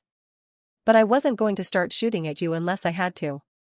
You opening fire on me left me no choice." The stranger fell silent again, probably reflecting his words. While he was thinking, Jake glanced at his wounded shoulder. The bullet had only grazed him, leaving a shallow scratch across his flesh. The wound was bleeding, but not too much. "So what do you propose we do?" the stranger said, prompting Jake to return his attention to the supply drop the stranger was still hiding behind. "Let your gun hang on its sling and come out from cover." "So you can shoot me?" the stranger said caustically. "I'll do the same. As I said before, I don't want us to keep fighting." The stranger was silent for a moment. "Sorry, no deal. I still don't trust you," he said. "I still believe your true intention is to lead me into the open so you can shoot me. So what do you suggest we do then? Keep fighting until one of us is dead?" Jake retorted, speaking harsher than he'd intended. He was starting to lose his patience with the stranger. He was silent for a moment. "I don't want to fight either, so I have a better suggestion," the stranger finally said. "I'm all ears." "Drop all your guns," he said dead serious. "Start walking to the box with your hands raised, then open the box for me." Jake almost laughed at his suggestion. "What will keep you from killing me after I open the box for you?" "I won't kill you," the stranger said. "Pinky promise." "I don't suppose you can prove your word is trustworthy?" "No. You're just gonna have to trust me." "Trust you? After you opened fire on me for no reason?" The stranger didn't reply. Jake was still lying on his back, aiming his weapon at the crate. Nothing happened in the next several seconds, and Jake decided to get up.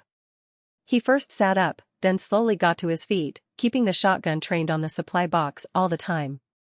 "What are you doing?" the stranger suddenly asked, his voice tinged with suspicion. This time, it was Jake who didn't reply. His silence must have made him nervous, because the stranger took a peek from around the edge of the crate. He glared at Jake for a second, then thrust his submachine gun out from around the crate and let loose with a short burst of fire. None of the bullets came anywhere near Jake, but out of self-preservation, he ducked his head anyway.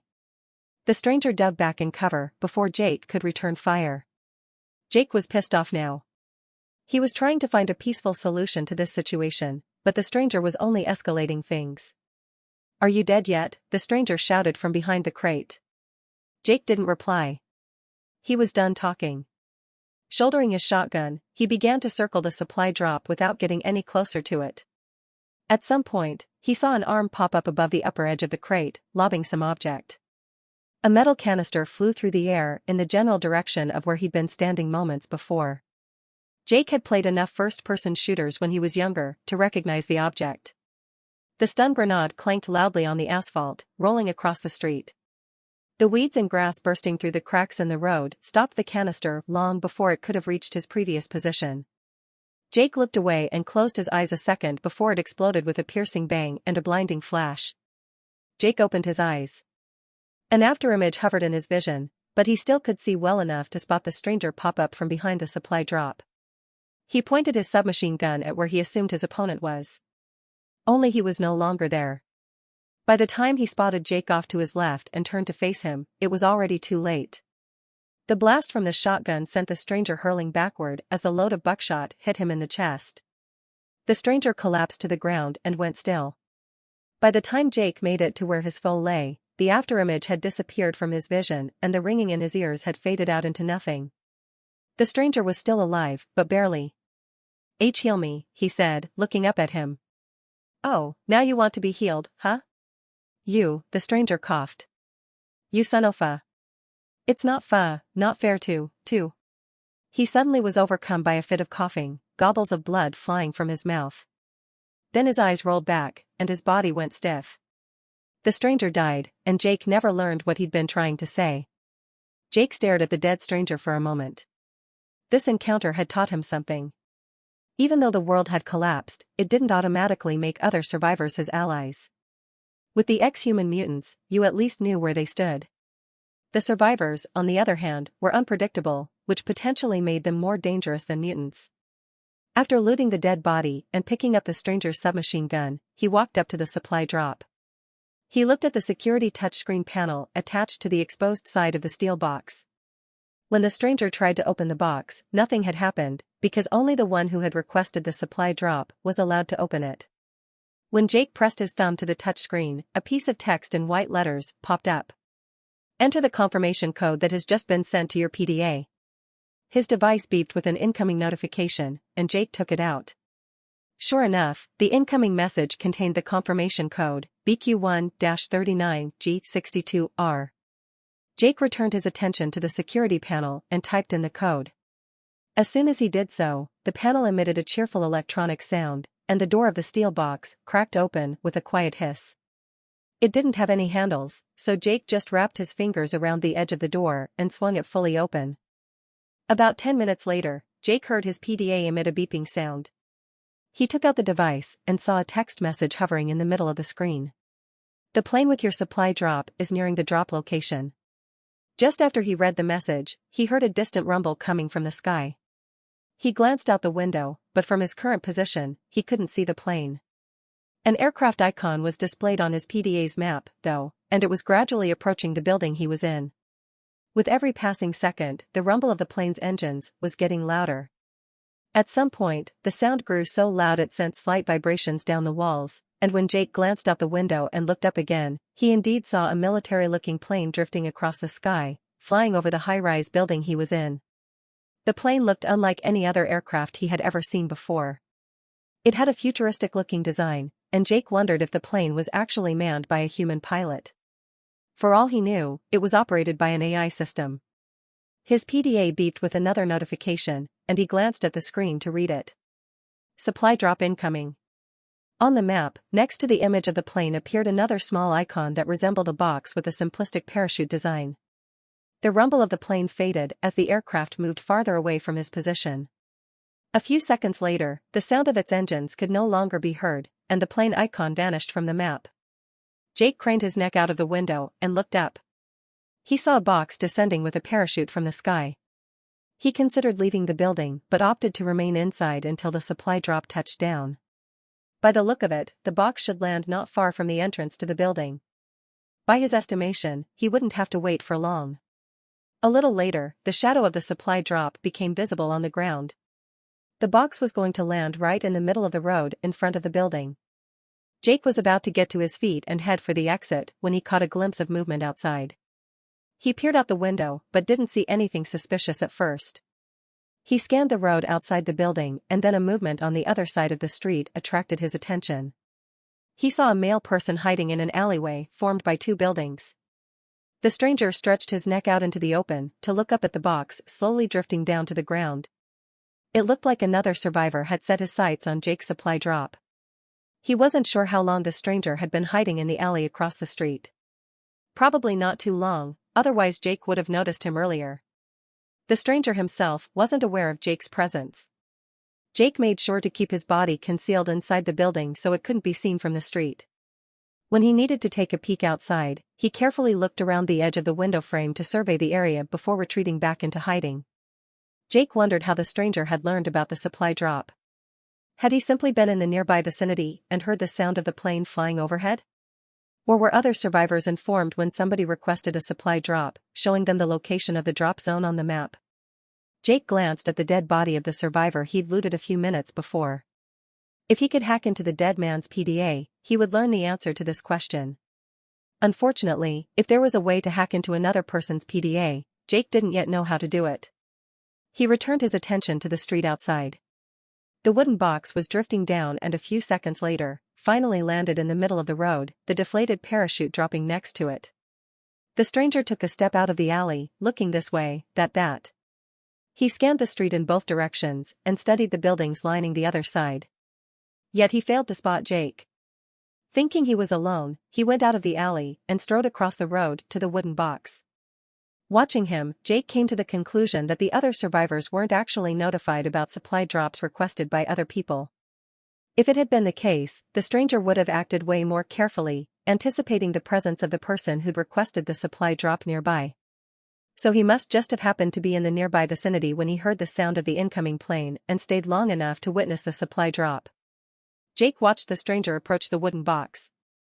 The deflated parachute lying on the ground flapped lazily in the breeze as the man slowly walked around the box, trying to figure out how to open it. At some point, he stopped and stared at the box in puzzlement, his back turned to Jake.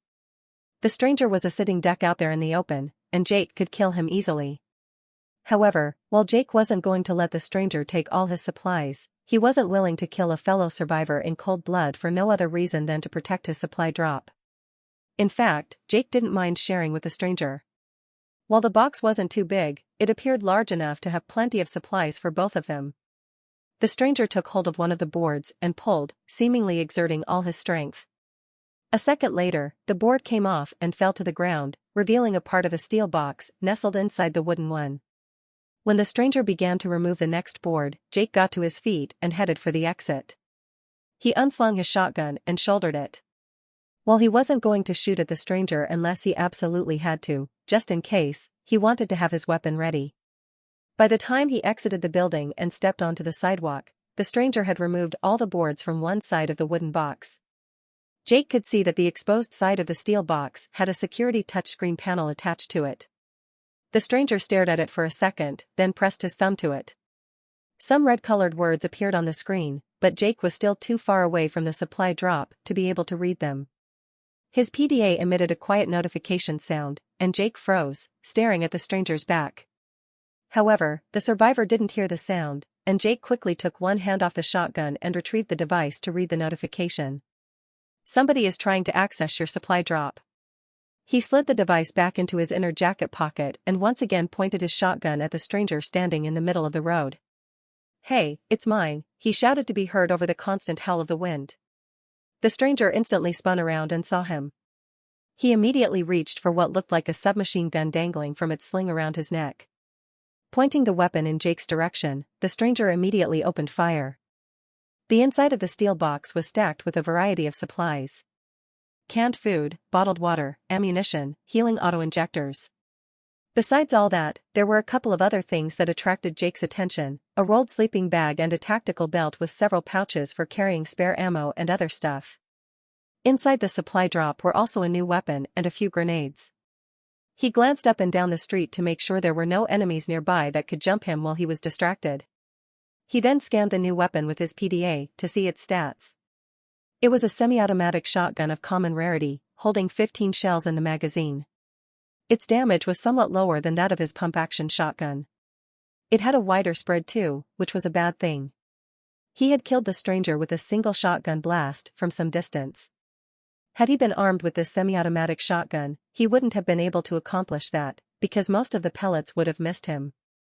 Brow furrowed in thought, Jake studied at the semi-automatic shotgun in his hands.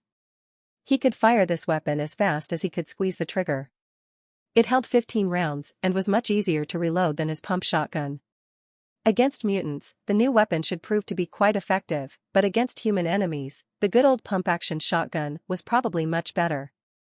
After giving the matter some thought, Jake decided to keep both of them for now. He took the tactical belt from the steel box and fastened it around his waist. He then slid his spare mags, shells, and grenades into the pouches on the belt. He proceeded to take all the supplies from the steel box and store them away in his rucksack. After all that, he straightened up. Between what was already inside his pack, the loot he'd taken off the dead stranger, and the supplies from the steel box, his rucksack had gotten much heavier. He even had some trouble heaving it onto his shoulders. Gotta find a place where I can stash some of my stuff. Besides the supplies, he also carried too many guns. He had lost his second pistol somewhere in the building and hadn't bothered to find it, but the first one was still holstered at his right hip. Besides the pistol, he had the submachine gun hanging from its sling around his neck and the pump-action shotgun slung over his left shoulder. The semi-automatic one was held in his hands. And he also had some grenades and plenty of ammo on him. He really needed to lighten his load. Jake then picked a direction and set off. He roamed the city for a little while looking for a place where he could stash some of his stuff. He wasn't eager to carry all his supplies and weapons on him all the time. All the exploring and fighting he'd done during the day was taking a toll on his body. He was dog-tired and hungry. His legs had grown so weak they could hardly carry him anymore.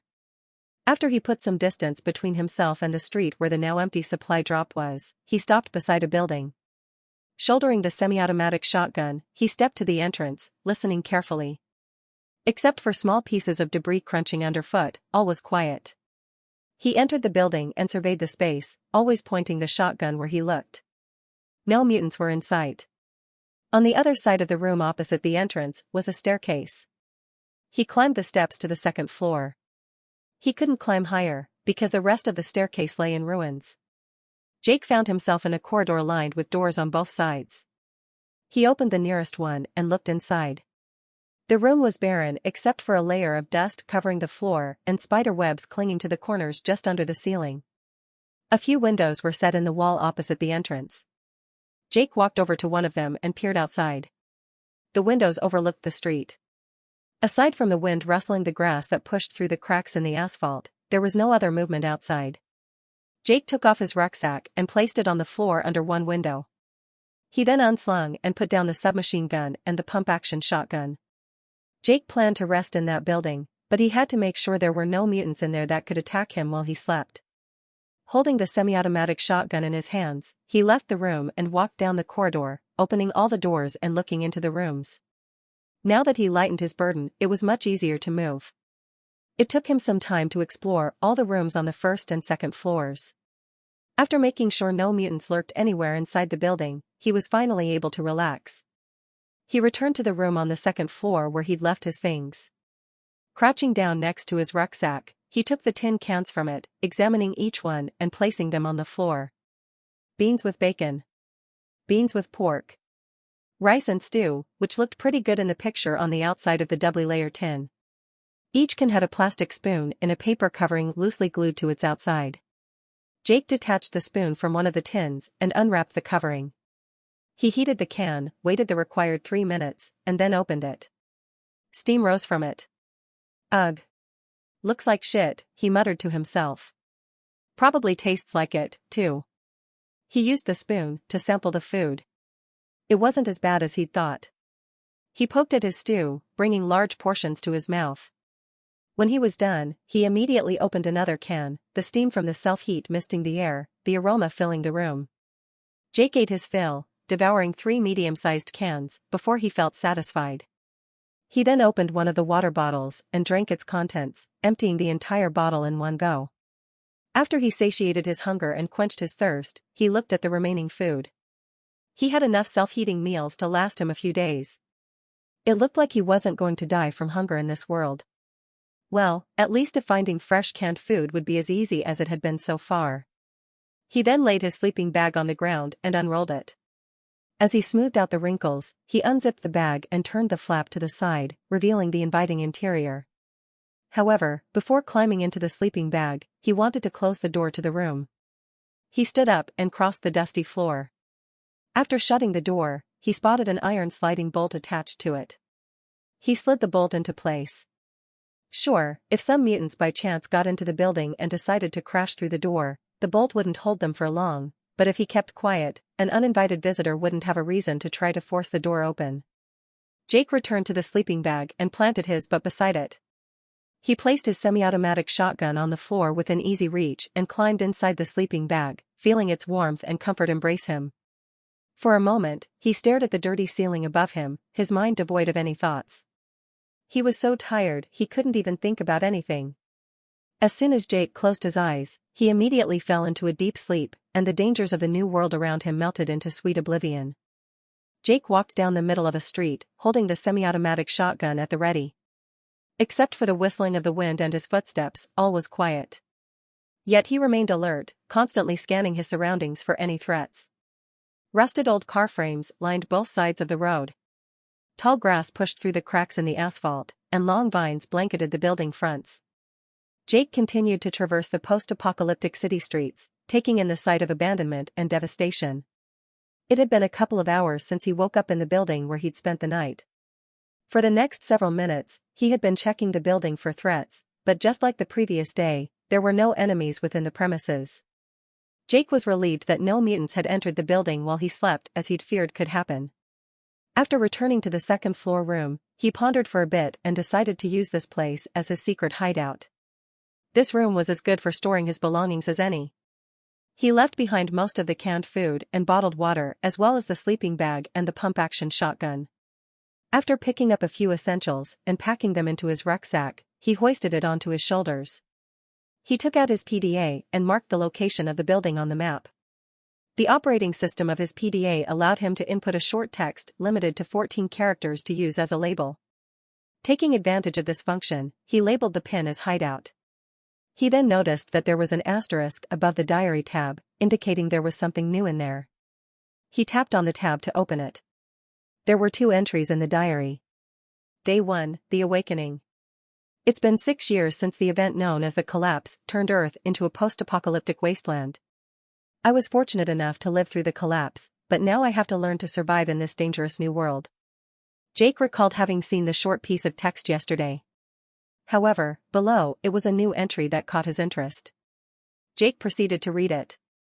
Day 2, Survival of the Fittest. Despite all the dangers that I encountered during the previous day, I managed to survive. I faced various types of mutants and had to defend myself against another survivor who tried to steal my supply drop before attacking me. In the evening, I found a good place where I could crash. Nothing woke me up or attacked me during the night. I slept like a baby and now feel refreshed and ready to handle whatever the new day may throw at me. Just like the first entry, Jake hadn't written it himself, it was added to the diary of its own volition. And it had apparently happened after Jake woke up, though he hadn't heard his PDA emit any sounds to inform him about it. He racked his brain, trying to remember if the device had emitted a sound when the first entry appeared in the diary. As far as he could remember, it hadn't, but he wasn't 100% sure about that. He came to the conclusion that his PDA likely emitted audible alerts solely for critical notifications that required attention. Giving the matter no more thought, Jake switched to the map. Those parts of the city that he'd explored yesterday were visible, but the rest of the city remained obscured by the gray mist. He placed a marker on a misted-over, unexplored part of the city and then stowed his PDA in his inner jacket pocket. Next, he picked up the semi-automatic shotgun. He briefly contemplated leaving the submachine gun behind to avoid carrying too much weight. Ultimately, he opted to bring both weapons, draping the submachine gun around his neck before exiting the building. For the next couple of hours, Jake had been exploring the city. Every now and then, he took out his PDA to consult the map. However, he didn't do it too often for fear of being jumped by mutants while he was distracted. At some point, he entered a building that seemed vaguely familiar. He stepped in for a quick look. After taking a moment to glance around, he realized he'd indeed already explored this building yesterday. He recalled finding a spare pistol mag in one of the decrepit cabinets inside the room he was in. Without any particular reason, simply on a whim, he decided to look into the same cabinet. He made his way across the room and opened the cabinet door. When he looked inside, he was surprised to find an auto-injector resting on a shelf in the precise spot where the pistol magazine had been the day before. This discovery made him think. Did it mean that the system reset this world at the beginning of each new day, causing all previously looted locations to refresh and new items to reappear in the same places? Since it was a game-like world, he wouldn't be all that surprised if that was the case. He decided to put this theory to the test and over the next hour, retraced his steps through the familiar streets he had explored yesterday. He entered the buildings he'd looted the day before and found new items in them, mostly ammo or canned food. It became evident that the system did indeed refresh this game-like world every 24 hours, causing new items to respawn in previously looted locations at the start of a new day. The same went for mutants, as Jake found out a little later on. When he arrived at the high-rise building where he'd completed a mission yesterday, he saw that the empty supply drop and the dead body of the survivor he'd killed remained in the same spots. However, when he entered the building, there were no dead bodies of the mutants he'd killed the day before. Instead, living ones wandered around the hall as if they had been resurrected, which might have been the case. Or the dead bodies had simply disappeared, and new mutants had materialized where the corpses of the previous ones had once lain. Anyway, Jake left the building before the resurrected mutants could spot him. For a moment, he just stood on the sidewalk, contemplating the situation. That new items reappeared every new day was a good thing. Thanks to that, he would always be able to find ammo and food. Living as a scavenger wasn't his dream life, but at least, he would be able to survive. But it was a bad thing that previously killed mutants respawned every day too. It meant he wouldn't be able to find a peaceful place anywhere in this world, requiring him to constantly remain vigilant and prepared to fight monsters. He then studied the map on his PDA for a moment. He located the marker he had placed earlier and oriented himself. With his bearings set, he resumed his trek to the unexplored parts of the city. While exploring the unfamiliar section of the city, Jake encountered massive crevices that crisscrossed the streets, significantly impeding his progress. While some of them were narrow enough for him to step over, others required him to leap to clear them. He had to be real careful not to fall into them. And some crevices were so massive he didn't leap over them for fear that he might not be able to make it to the other side. Finding a crack too wide to jump over, he cautiously followed it until he discovered a narrower point where he could cross safely. At some moment, he approached the edge of one of the exceptionally wide crevices to peer down into it. The deep crevice revealed the dark, labyrinthine network of the sewers below. While peering into another deep crevice, Jake spotted a strange creature lurking below. Before he could get a better look, the creature vanished into the depths of the sewers. Later, as he leaned over another crack, Jake spotted a similar creature in a sewer tunnel below. The creature had its long snout buried in a pile of repulsive waste, likely scavenging for food. He wanted to take a moment to study the creature, but something suddenly spooked it, or maybe it had sensed him somehow, and the creature ran away. Or more accurately, bounded away because the creature kind of moved like a kangaroo, hopping on its powerful hind legs and using its long tail for balance. The creature leaned forward and swung its front limbs, helping itself maintain balance and direction. The movement was jumpy and bouncy, allowing the creature to cover long distances with each hop. It moved really fast, vanishing from view before Jake could discern any additional details about it. He continued to traverse the streets crisscrossed by massive crevices. While walking along the edge of one crevice, he noticed a group of creatures in the sewer tunnel below. They looked like the one he'd spotted earlier. The creatures were completely focused on devouring something. The lack of sunlight filtering in through the narrow crack left the sewer tunnel cloaked in semi-darkness. It took Jake a moment to discern what they were feasting on, the dead body of another creature that looked exactly like them. They tore huge chunks of flesh from the corpse with their sharp teeth and swallowed them whole. The repulsive creatures were so absorbed in their meal that they remained oblivious to Jake, who was leaning over the crevice a few meters above them. As he studied them, he realized each of those creatures was a strange mix of a rat and a kangaroo, similar in size to the latter. It meant that not only human beings had been turned into mutants after the collapse, but animals had also undergone the same fate. Jake was about to take out his PDA and scan the rat-like creatures to learn more about them when a roar echoed through the tunnel down below. The rat-like creatures immediately lifted their heads to look in the direction the sound had come from. Jake was prompted to follow their gaze, but he didn't see anything at first. A moment later, another creature emerged from the darker parts of the tunnel. This newcomer differed very much from the rat-like creatures. It resembled an alligator with the torso of a bear, matching the size of the latter. Without a doubt, this creature was a predator, emanating a menacing aura. The rat-like creature scurried away, bounding on their hind legs and emitting terrified shrill cries, while the bear alligator relentlessly pursued its prey. They all vanished from Jake's sight into one of the other tunnels.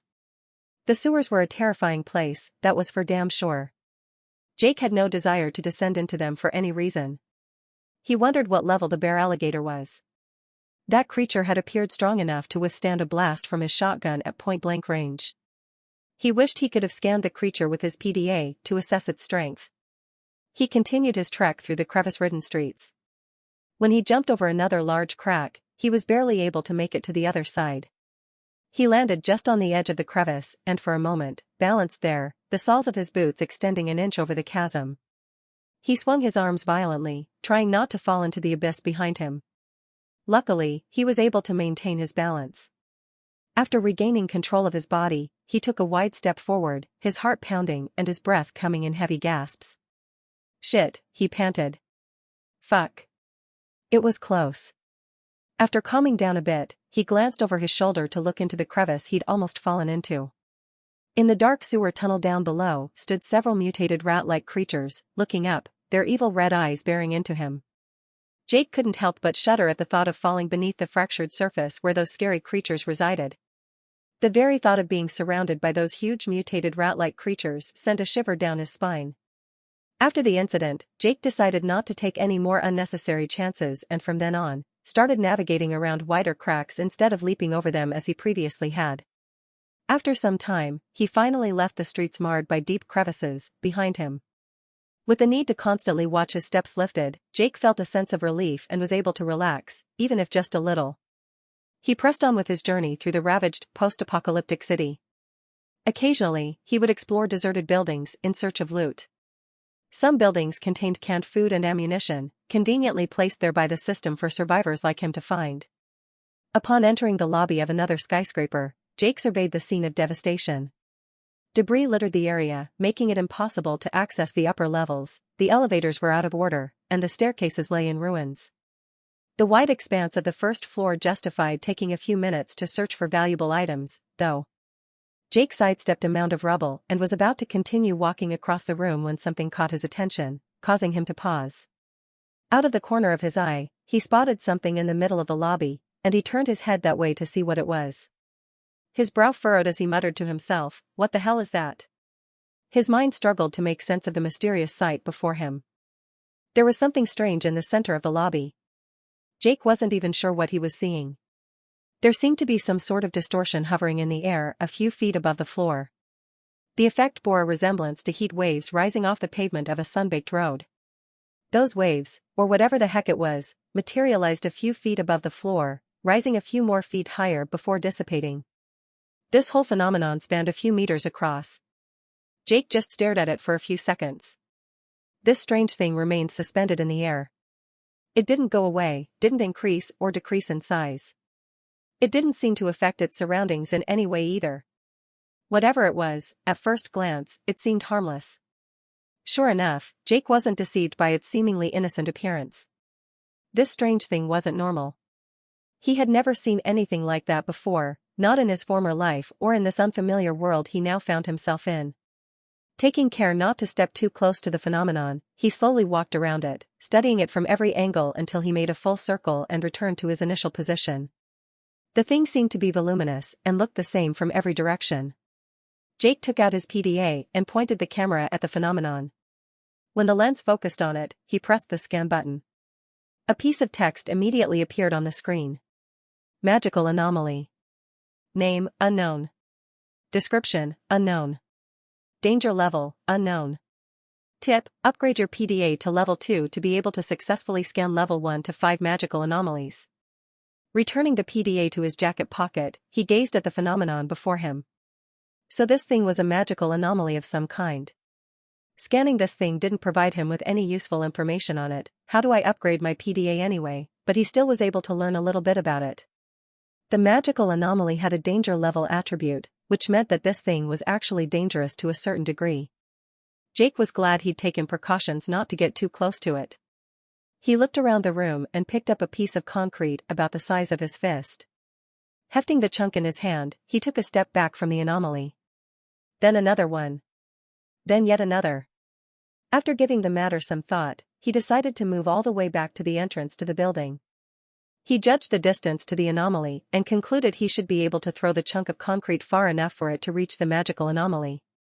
He didn't know what would happen when the piece of debris hit it. What if it would explode and the whole building would collapse in on itself? It seemed unlikely, but he was sure something would definitely happen, which was why he wanted to stay as far from the anomaly as possible. He cocked his arm and then powerfully hurled the piece of concrete. It arched through the air, toward the anomaly. Jake got ready to bolt out of the building at the first sign of danger. The strange phenomenon glared briefly when the piece of concrete hit it. The chunk entered the magical anomaly, and then its movement was suddenly arrested. It just hovered motionlessly in midair inside the anomaly as if some mysterious gravitational force was holding it there. What the heck? Then, a couple of seconds later, the piece of debris flew out of the anomaly with increased velocity. Startled, Jake instinctively crouched down, anticipating the projectile to zip back toward him. However, it didn't fly exactly back at him but swerved to the side instead.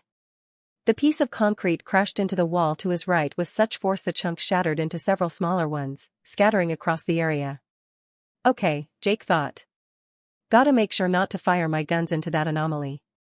If any objects entering the magical anomaly behaved the same way the piece of concrete just had, shooting at the phenomenon would be a disaster because the anomaly would send bullets and pellets buzzing every which way like angry hornets. If he didn't want to run the risk of getting hit by his own bullets, he had better not fire in the hall at all, or at least, place his shots carefully to make sure they didn't get anywhere near the anomaly. For the next several minutes, he explored the first floor of the building. He discovered nothing of value and encountered no mutants during his search. On his way out of the building, he glanced at the magical anomaly one last time. It was still suspended in the same spot a few feet above the floor, distorting the air like heat waves rising off hot, sun-baked asphalt. Jake continued to explore the devastated city, entering various buildings at random. At some point, he chanced on a multi-story parking garage. The arm barrier was missing, and the guard station at the entrance had all its windows shattered, but the booth itself stood relatively intact. Stepping into the first level of the dimly lit car park, Jake paused to let his eyes adjust to the subdued lighting. The submachine gun was slung over his shoulder while he gripped the semi-automatic shotgun tightly in his hands. However, there were no mutants anywhere to be seen, and no sound that might indicate their presence in the car park could be heard. On the far side of the space, opposite the entrance, a solitary pickup truck sat in the empty parking garage, with no other vehicles in sight. Jake decided not to venture into the upper levels, but he wanted to check out the pickup truck. The echoes of his footsteps reverberated through the silent expanse as he approached the vehicle. In contrast to the rusted and abandoned cars he had encountered so far, the pickup truck appeared to be in drivable condition, piquing Jake's interest and prompting him to investigate further. He tried the driver's door and found it unlocked. Glancing around to make sure he was still alone and wasn't about to get himself into some kind of trap, he slid inside the cab. He checked the glove box and found the keys there. He stuck them into the ignition and turned. The engine growled to life, and slight waves of vibrations coursed through the frame of the vehicle. A quick glance at the dashboard told him that the truck's tank was full. Jake was taken aback to have found a functional vehicle in the midst of the devastation of this post-apocalyptic world. On the other hand, it was a game-like world, and lots of things here were governed by video game rules. The pickup truck had obviously been placed in the car park by the system for survivors to find. Jake wasn't sure if the pickup truck would be of much use to him, though. After all, some sections of the ravaged city were literally impossible to cross on a car, like those streets that were split open by massive crevices. But he was going to use the car anyway.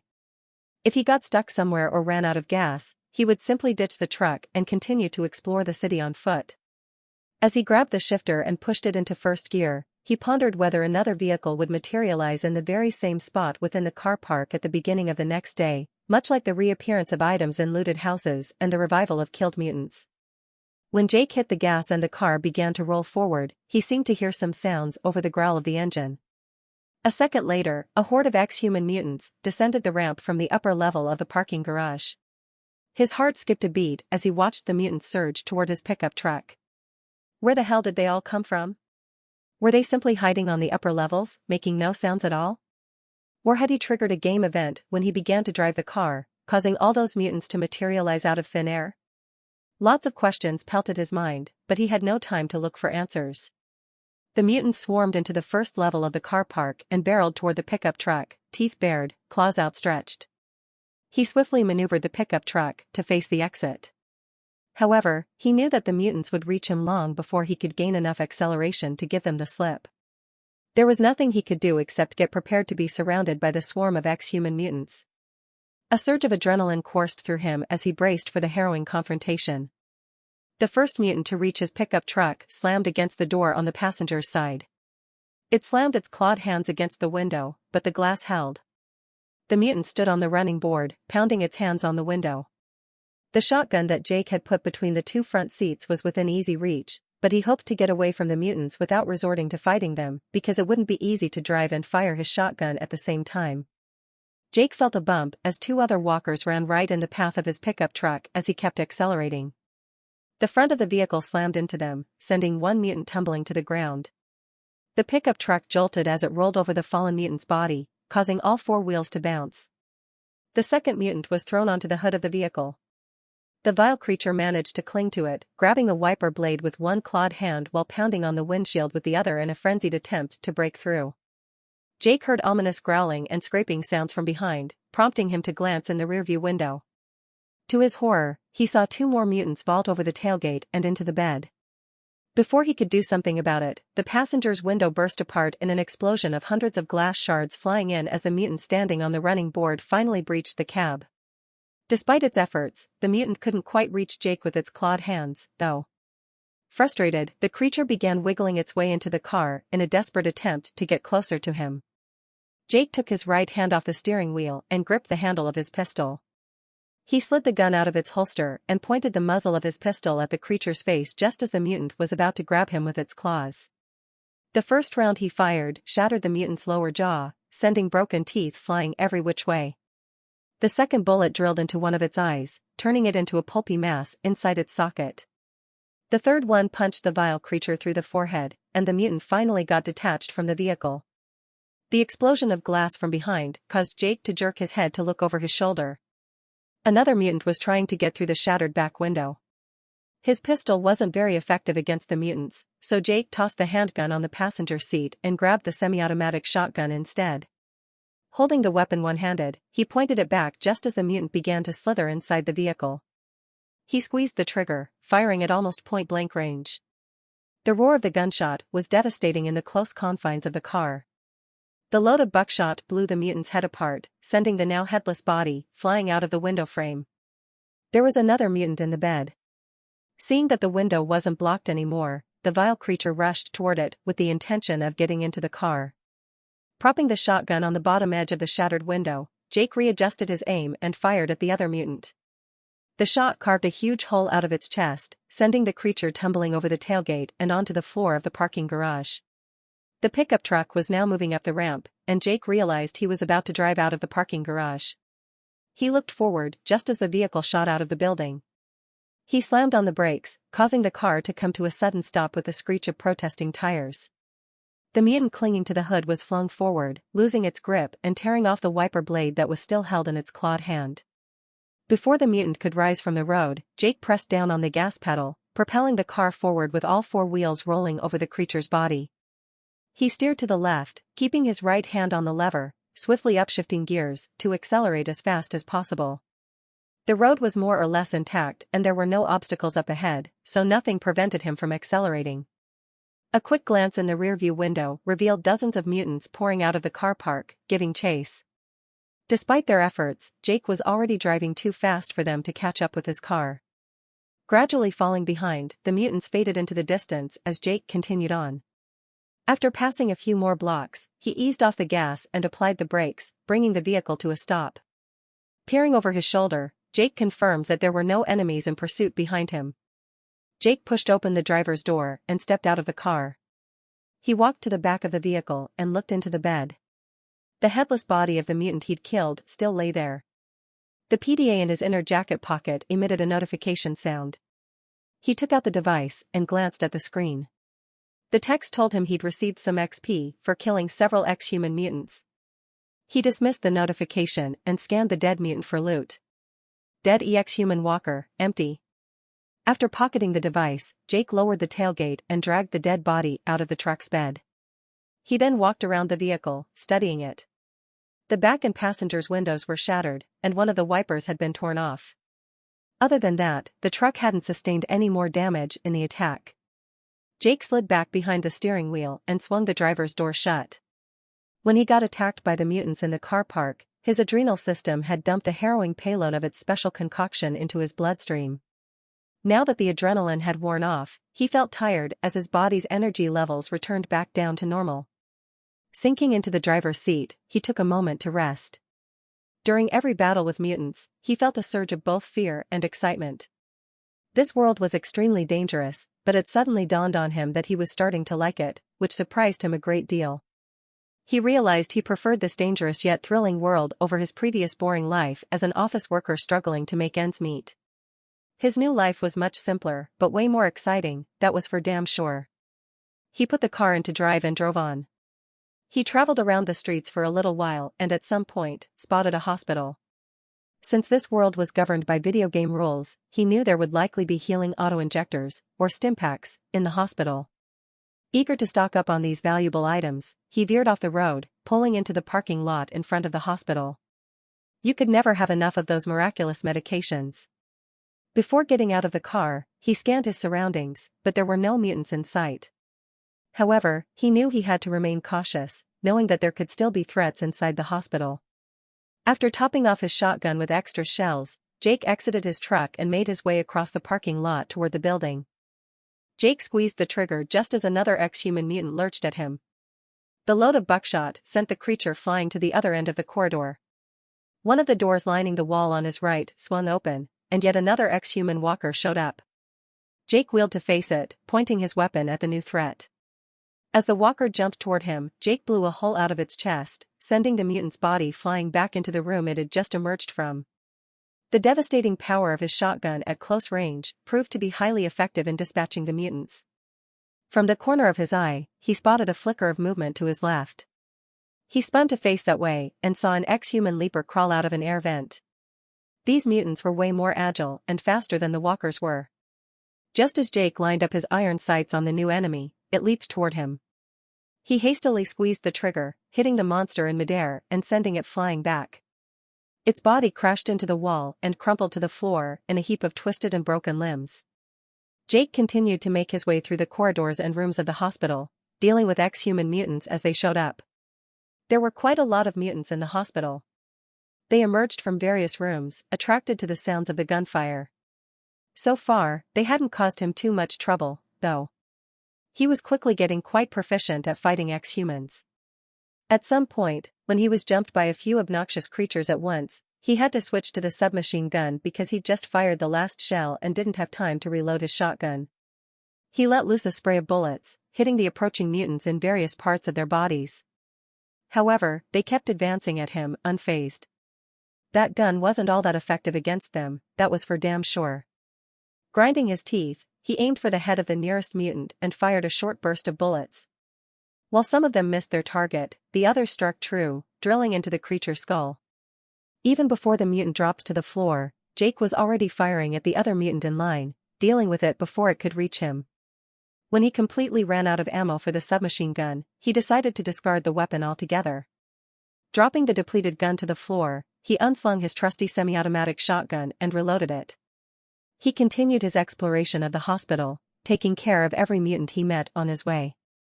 During moments of respite from combat, he scanned the dead bodies with his PDA for valuable loot. In this world governed by video game mechanics, some of the deceased mutants yielded ammunition hidden in the pockets of their dirty, tattered clothing. Had it not been the case, Jake would have run out of ammo a long time ago. After successfully eliminating every last mutant infesting the hospital, Jake finally had the opportunity to thoroughly search the building for valuable loot. During his intense confrontation with the mutants, there had been little time to focus on scavenging for supplies. Over the next half hour, he methodically retraced his steps, inspecting each room for any useful items. Within the cabinets and drawers scattered throughout the hospital, he found healing auto-injectors, which he carefully stored in his rucksack for future use in this perilous world. In the final room of the hospital, he found something interesting. On a dusty table next to one wall, illuminated by a shaft of dim light filtering through a crack in the curtains, lay what looked like an old roll of paper. Its edges were frayed and curling slightly, and the surface was weathered and yellowed. Jake looked at the roll of paper for a second, but he dismissed it as a useless piece of trash. What lay beside the paper roll, resting on the worn wooden surface, looked way more captivating. It was a round piece of glass softly glistening in the dim light. It was about an inch around or maybe a little bit bigger than that. Within its transparent depths, a mysterious bluish glow danced and pulsed, casting ethereal patterns across the tabletop. "Wow," Jake muttered as he stepped closer to the table for a better look.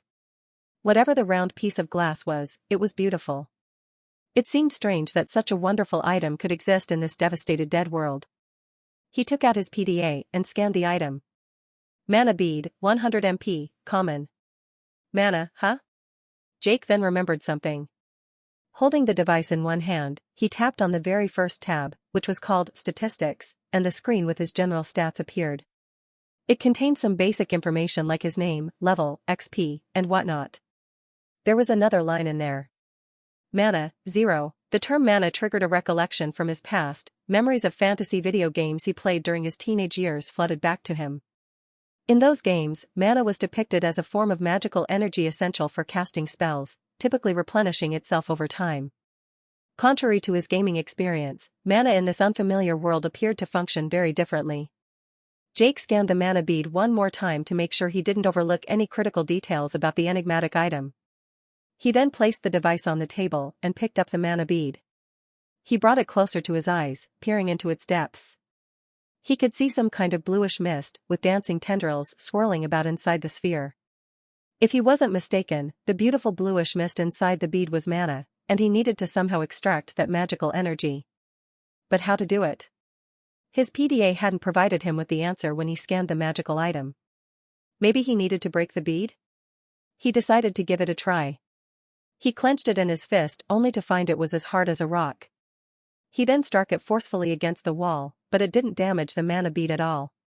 He repeated the process a few more times, achieving the same 0 result.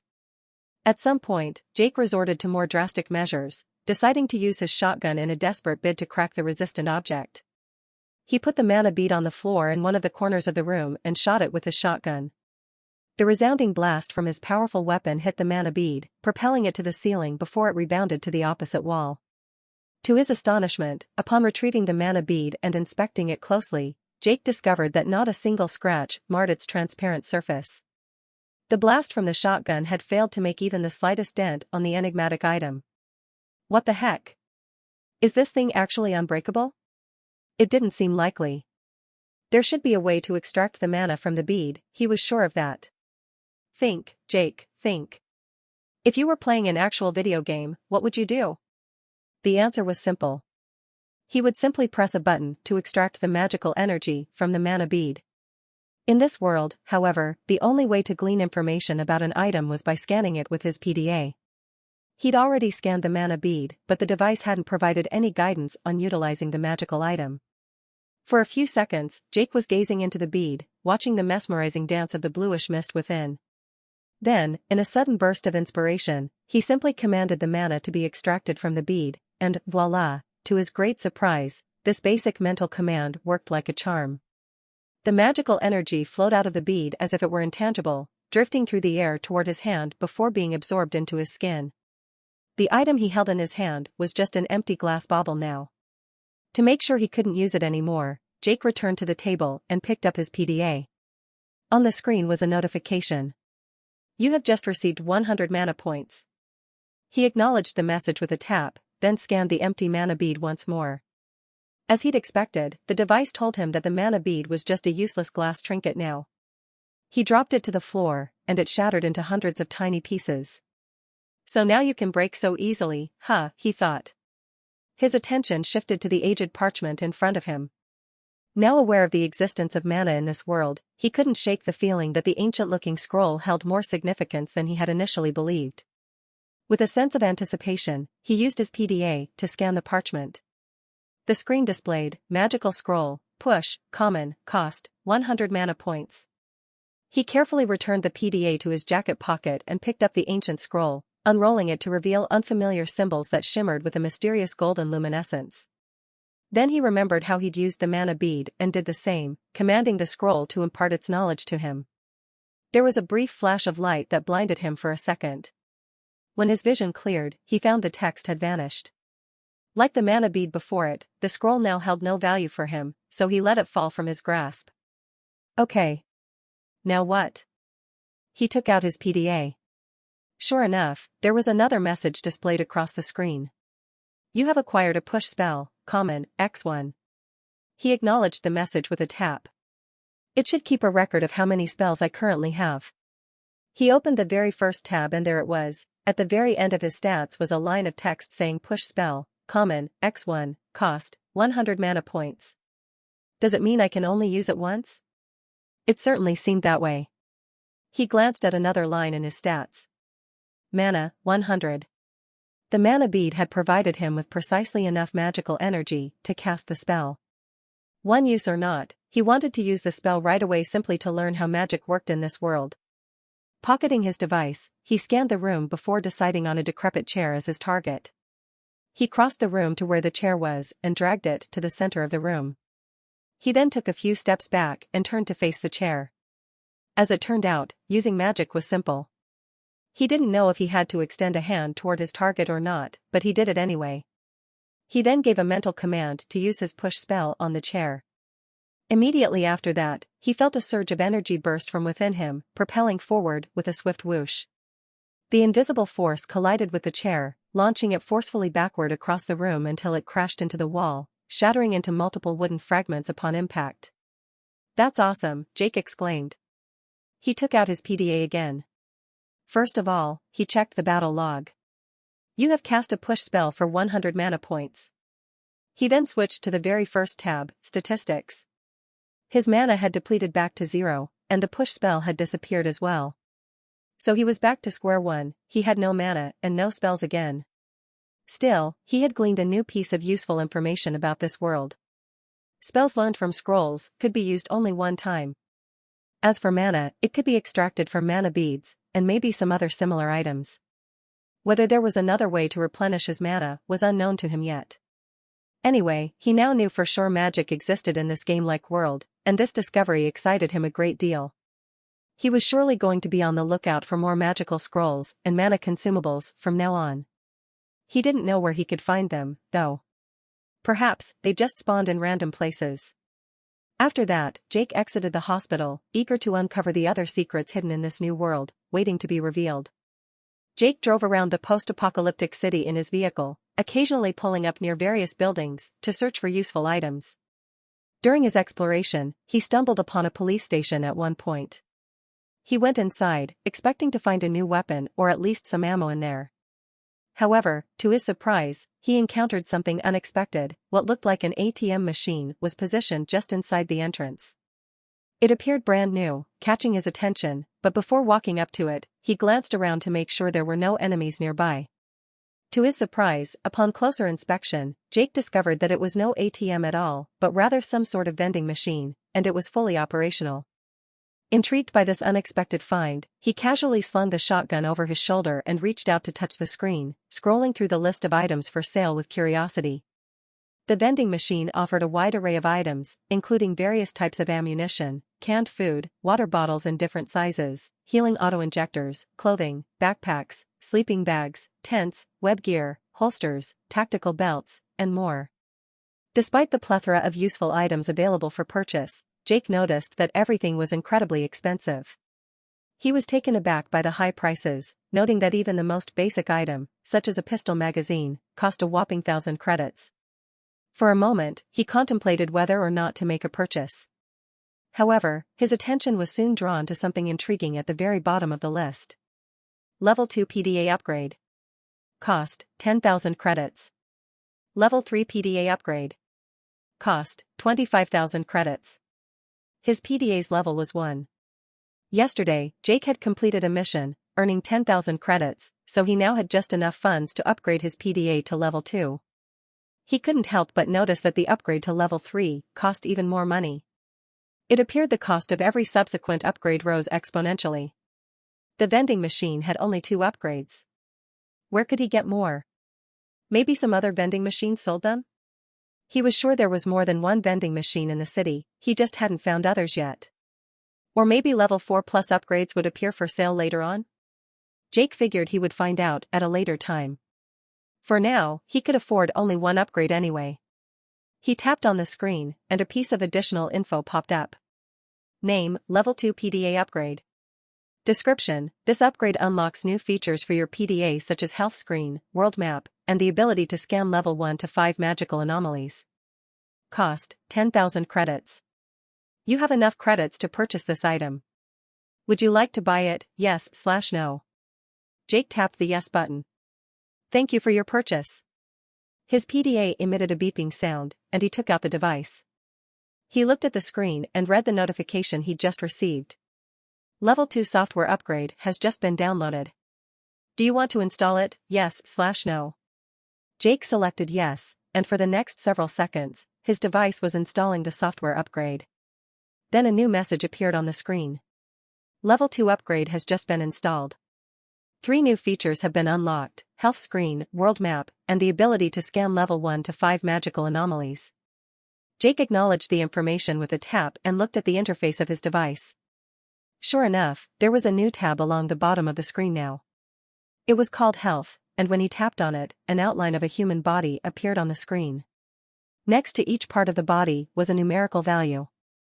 Jake realized the health screen allowed him to check the status of his injuries and overall health. This screen provided a detailed overview of the condition of each part of his body, highlighting any injuries or ailments he might have sustained. The health screen definitely was very useful, and Jake decided to take a moment to study it more carefully. As he already noticed, in the middle of the screen was displayed an outline of a human body. Next to each part of the body, head, torso, arms, and legs, there was a percentage value indicating the health status of that specific body part. The percentage reflected the level of damage or injury sustained in that area. His legs were at 100%, but his torso and arms were in somewhat less than perfect condition. When he tapped on them, a list of injuries appeared: a few bruises and scratches on his arms and torso that he had sustained yesterday while battling a massive mutant known as a shambler and some other ex-humans during his mission. The screen also displayed some treatment options.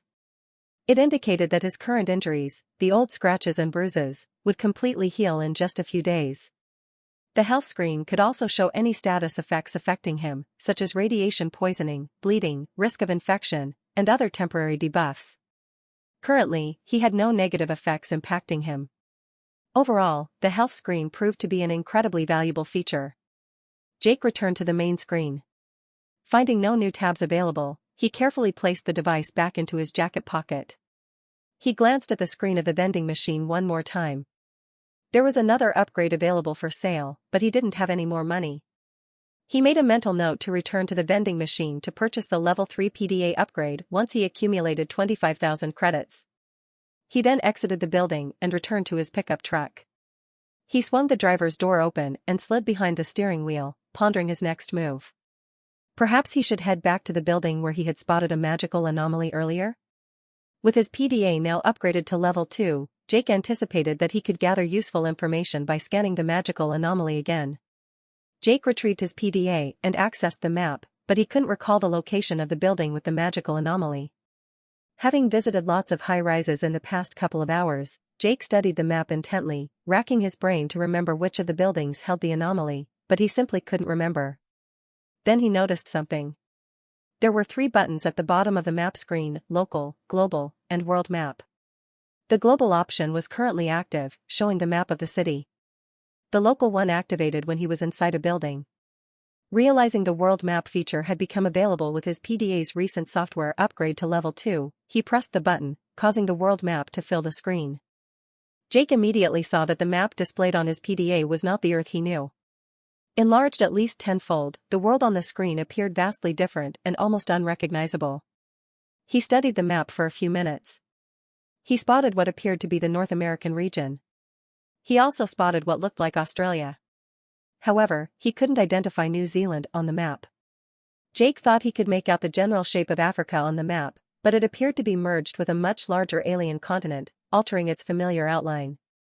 Displayed above the unfamiliar continents was the word Gameverse, indicating that Earth was now part of a much larger gaming universe, having integrated with these massive continents, seamlessly blending in and becoming a part of a much larger and interconnected world.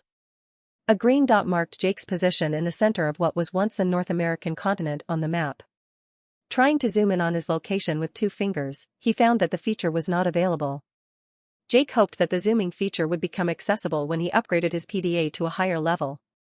The radio in his dashboard suddenly came to life. "Brave survivors are needed," Jake heard a voice coming from the radio. A gathering of ex-human mutants was spotted in a high-rise building. They are suspected to have been replicating there for a while now. Action needed to be taken to put an end to it. After the voice finished speaking, Jake's PDA, which he still held in his hands, emitted a notification sound. Glancing at the screen, he saw a piece of text hovering in the middle of the display. New mission. Objective: destroy 5 replication pods within a particular high-rise building. Additional Objective 1, kill all the ex-human mutants on each floor of the high-rise building. Additional Objective 2, kill the elite ex-human mutant on the roof of the high-rise building. Reward: 2,500 XP, 20,000 credits. Extra Reward 1, 30,000 credits. Extra Reward 2, a rare weapon of your choice. Recommended survivor level, 5 to 10. Difficulty, medium. Accept mission, Y/N. Jake tapped yes, and the text disappeared.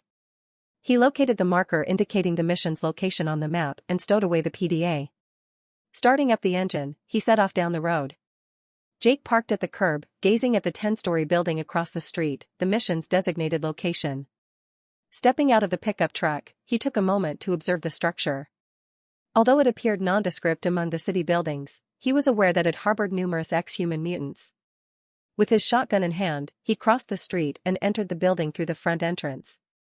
Jake was immediately ambushed by 2 walkers upon entering the building, but dispatching them posed little challenge. As he progressed through the first floor, he encountered more mutants along the way. Despite spotting the staircase that led to the upper levels, he refrained from ascending, as he needed to clear out all threats on the current floor first. Methodically advancing through the building, he neutralized every mutant in his path until he arrived at the final room. With his shotgun held at the ready, Jake entered the room, prepared for whatever might be lurking inside. He found himself in a spacious, but mostly empty room. There were a couple more mutants inside. They lurched toward him, but before their clawed hands could tear into him, his shotgun thundered twice, dealing with each of the 2 creatures. He scanned the room for more threats, pointing the shotgun wherever he looked. Spotting no more enemies to kill, he redirected his attention to the center of the room. Hanging from a silky rope attached to the ceiling, there was a large, cocoon-like object that caught his eye. White in color and the size of a full-grown human, it dangled close to the floor, almost touching it. The cable supporting it resembled a robust spider's silk thread, thick as a rope and seemingly as sturdy as steel. He took a small step toward the strange cocoon but didn't dare to get too close to it. He didn't know what to expect from it. It was the very first time he'd seen such a thing, so he had to exercise caution. Jake peered into the cocoon. The silky white surface was partly transparent, allowing him to see that there was an ex-human mutant inside of it. The creature was motionless, its eyes shut as if in a deep slumber. The pod held transparent liquid, in which the mutant floated. Though Jake had a pretty good idea about what the cocoon-like object was, he took out his PDA to scan it anyway. Replication pod, level 1. The device offered no further details on the cocoon. Nevertheless, it was one of the targets he had to find and eliminate within the building. The mutant inside the pod suddenly jerked. Its eyes snapped open, and its head turned toward him. Jake saw its evil eyes fix on him.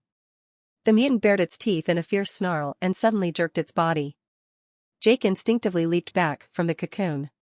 The mutant raised its clawed hands, pressed them against the inner wall of the pod, and pushed, causing the outer wall of the pod to bulge outward. He anticipated it would tear, but to his surprise, it remained intact. The replication pod proved to be more durable than it appeared. The mutant inside the cocoon kept struggling to break free but was unable to escape. The mutant appeared too weak, with slow and sluggish movements. Upon observing the creature closely, Jake realized it had been developing inside the pod for some time, but the growth process seemed disproportionate. The mutant's upper body appeared to be nearly formed, while its legs were still in the process of molding. In contrast to the rest of its body, the legs seemed disproportionately small and underdeveloped. He deduced the replication pods were responsible for creating mutants by growing them from inception to maturity. He figured that once the process was complete, the cocoon would release the fully developed mutant. Only he wasn't going to wait for it to happen. He brought up his weapon and pointed it at the replication pod in front of him. As if anticipating his next move, the wicked mutant within the cocoon snarled and clawed at the pod's interior in a bid to break free. Jake squeezed the trigger. The pellets tore into the pod, ripping it in half. The transparent liquid splattered across the floor, prompting Jake to swiftly jump back to avoid any contact with it. The partially developed mutant and the shredded pieces of the pod flopped onto the wet floor. The mutant was wounded but still alive. It began to crawl toward him, struggling to find purchase on the wet surface. He finished the creature off with another shot. He then aimed at the remnants of the pod hanging from the ceiling and fired, obliterating what remained. After the confrontation, Jake checked his PDA for the mission update. It indicated that one replication pod had been destroyed and the first floor was now secured. To complete the main objective, he had to eliminate 4 more pods. Additionally, to fulfill one of the 2 secondary objectives, he had to exterminate all the mutants infesting the remaining floors of the building. He was certain that all the mutants he had previously eliminated would be revived at the start of the next day. The question lingering in his mind was whether the revival process was somehow linked to the replication pods. Perhaps by destroying the remaining cocoons, he could prevent the ex-humans from being recreated again, at least within this building. However, Jake considered the possibility that the system itself was responsible for recreating mutants at the start of each day, similar to respawning items in looted buildings. If this was the case, as he suspected, then the destroyed replication pods would likely be regenerated the following day as well. It was also possible that the replication pods were recreated less frequently, maybe once every few days. However, the only way to uncover the truth behind this mystery was to revisit the building at a later time. Jake searched the first floor for loot. He found some ammo as well as several mana beads, from which he promptly extracted mana. In one of the rooms, he discovered what appeared to be another mana bead, but it was at least twice as large as the others he had found. Inside the mana bead, mesmerizing bluish magical energy danced and swirled beautifully, casting an enchanting glow around it. He used his PDA to scan and analyze the item. Mana marble, 250 MP, common. With a mental command, he absorbed the magical energy stored within the marble, increasing his mana reserves by 250 points. He dropped the now empty marble, and it shattered into numerous smaller pieces upon contact with the floor. After exploring the remaining rooms on the first floor and finding no further points of interest, Jake retraced his steps back to the stairs that led to the upper levels of the building.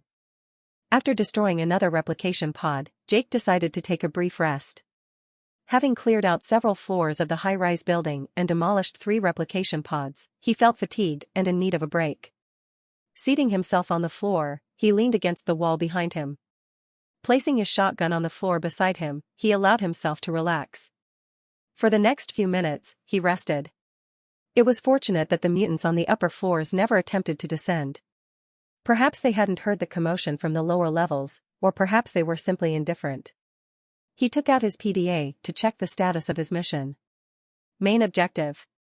Replication pods destroyed, 3 out of 5. Additional objectives. Floors cleared, 5 out of 10. Elite mutants killed, 0 out of 1. Jake was unaware of the enemy count on each level, but he could monitor his progress on the mission status screen. Each floor was more difficult than the last. The amount of mutants he had to deal with rose exponentially with each ascent. Additionally, a new type of enemy appeared almost on every floor. On the first one, he had only walkers to worry about, which were the weakest. On the second floor, leapers joined the fray. He really hated them. While they weren't particularly strong, they were swift and agile. They were somewhat smarter than the walkers too. Instead of rushing at him, they often attempted to outmaneuver him by flanking. In addition to the walkers and leapers, Jake now had to deal with at least one shambler on each level. These were the most formidable mutants encountered thus far, They were covered in resilient organic matter, growing all over their bodies, making up a protective layer that soaked up some of the damage he dealt to them.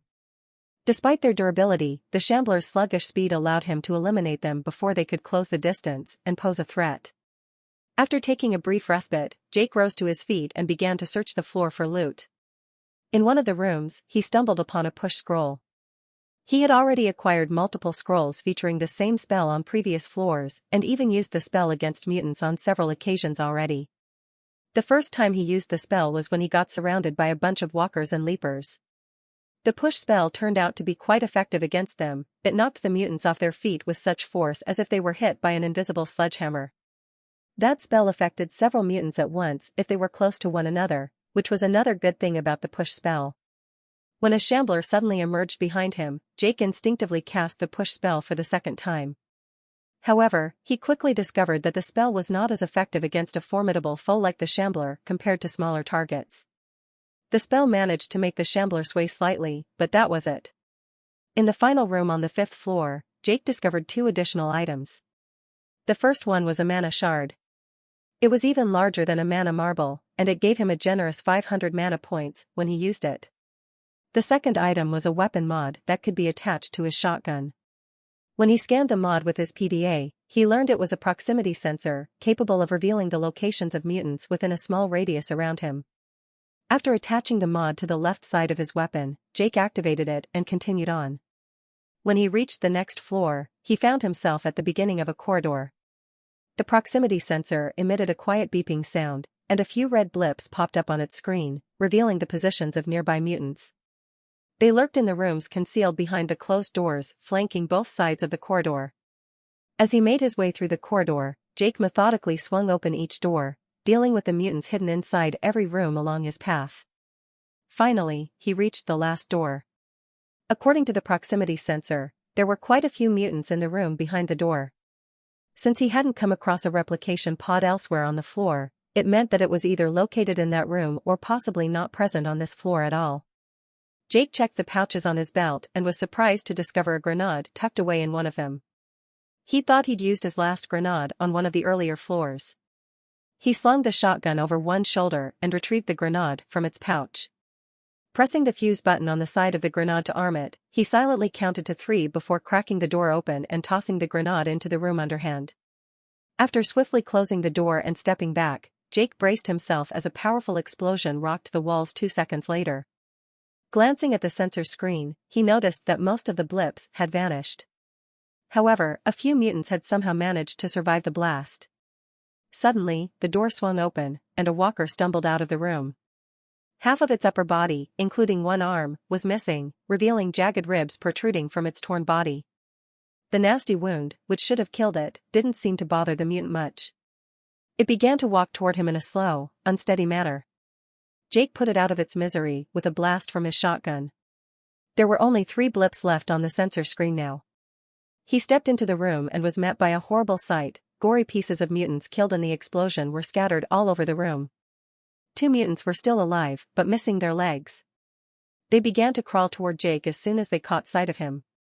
He quickly dispatched them with 2 well-placed shots before shifting his focus to the cocoon hanging from the ceiling at the far end of the room.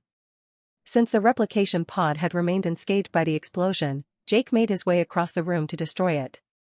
Picking his way through the torn pieces of dead mutants, Jake advanced toward the cocoon.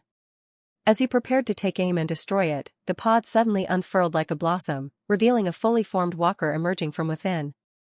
The mutant lunged towards Jake, but he swiftly dispatched it by blowing its head apart in a spray of gore. He followed up with a couple more blasts to obliterate the cocoon. 4 replication pods down, 1 more to go. The next, 7th, floor, didn't contain the final replication pod, though. After eliminating all the targets in the area, he proceeded to the next floor where he successfully located and obliterated the 5th pod. His PDA notified him that he had accomplished the main mission objective and had earned 20,000 credits. As long as he remained within the high-rise building, the mission permitted him to complete the 2 additional objectives, which he intended to tackle next. He then cleared out the next 2 floors and finally reached the final, 10th, one. Despite its heightened difficulty, he successfully eliminated all threats, accomplishing the first of the 2 additional objectives and earning an additional 30,000 credits. His final objective was to defeat an elite mutant waiting for him on the rooftop. Beside the staircase leading to the rooftop, Jake noticed a vending machine and decided to browse its contents. He selected several push scrolls and all the mana consumables it had in stock, 1 mana shard, 2 mana marbles, and a handful of mana beads. After adding these items to his cart, he reviewed the final price. Since everything sold in vending machines was hyper-expensive, after making his purchase, he would be left with almost no money remaining. He wasn't willing to cancel his purchase, though. On the rooftop of the building was an elite mutant that he needed to eliminate in order to fulfill the final objective of his mission. Unsure of what to anticipate from the elite mutant on the rooftop, Jake decided not to take any risks. He needed to equip himself with everything available that could assist him in battling the elite mutant. So he pressed the purchase button on the vending machine, and the screen displayed the words, "Thank you for your order." His PDA beeped, indicating that a certain amount of credits had been deducted from his account. A section on the front of the vending machine slid open, and a platform with his purchased items extended forward from within. Jake immediately utilized all the magic scrolls and mana consumables he had just purchased. He now had ample mana points to cast the push spell multiple times. After that, he topped off his semi-auto shotgun with extra shells and began ascending the stairs to the rooftop where the elite mutant awaited.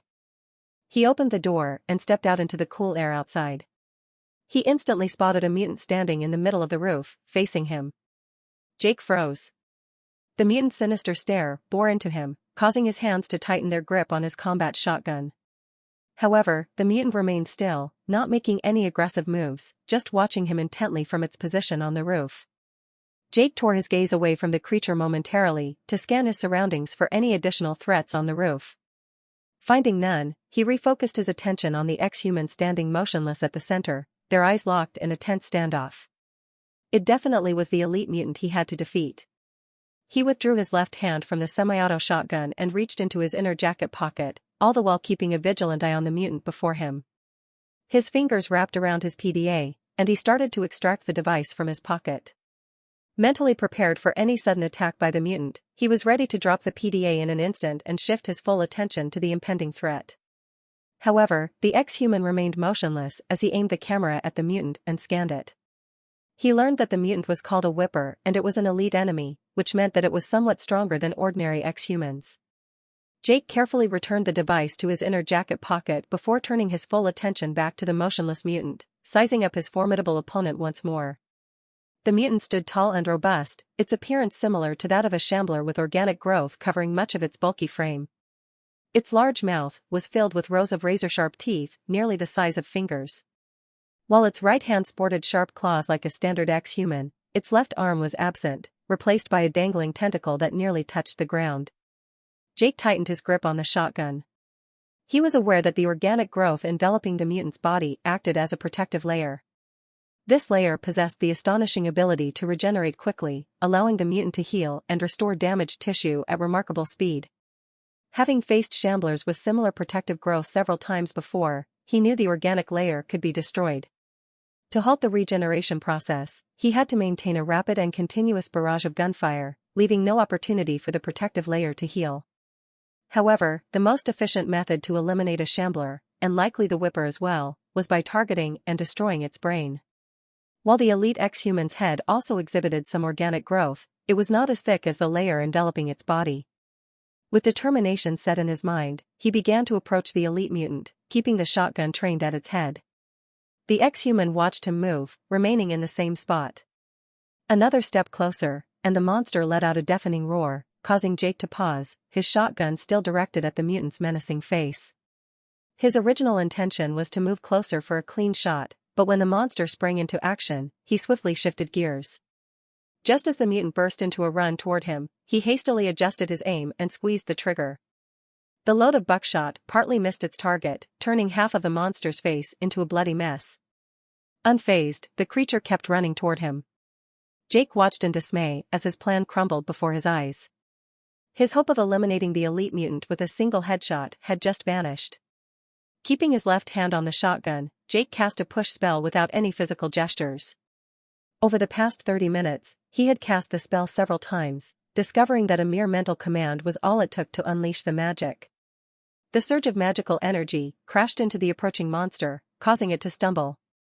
Despite momentarily slowing it down, the spell failed to have a significant impact. Before Jake could follow up with another shot, the creature retaliated, striking out at him with its long tentacle.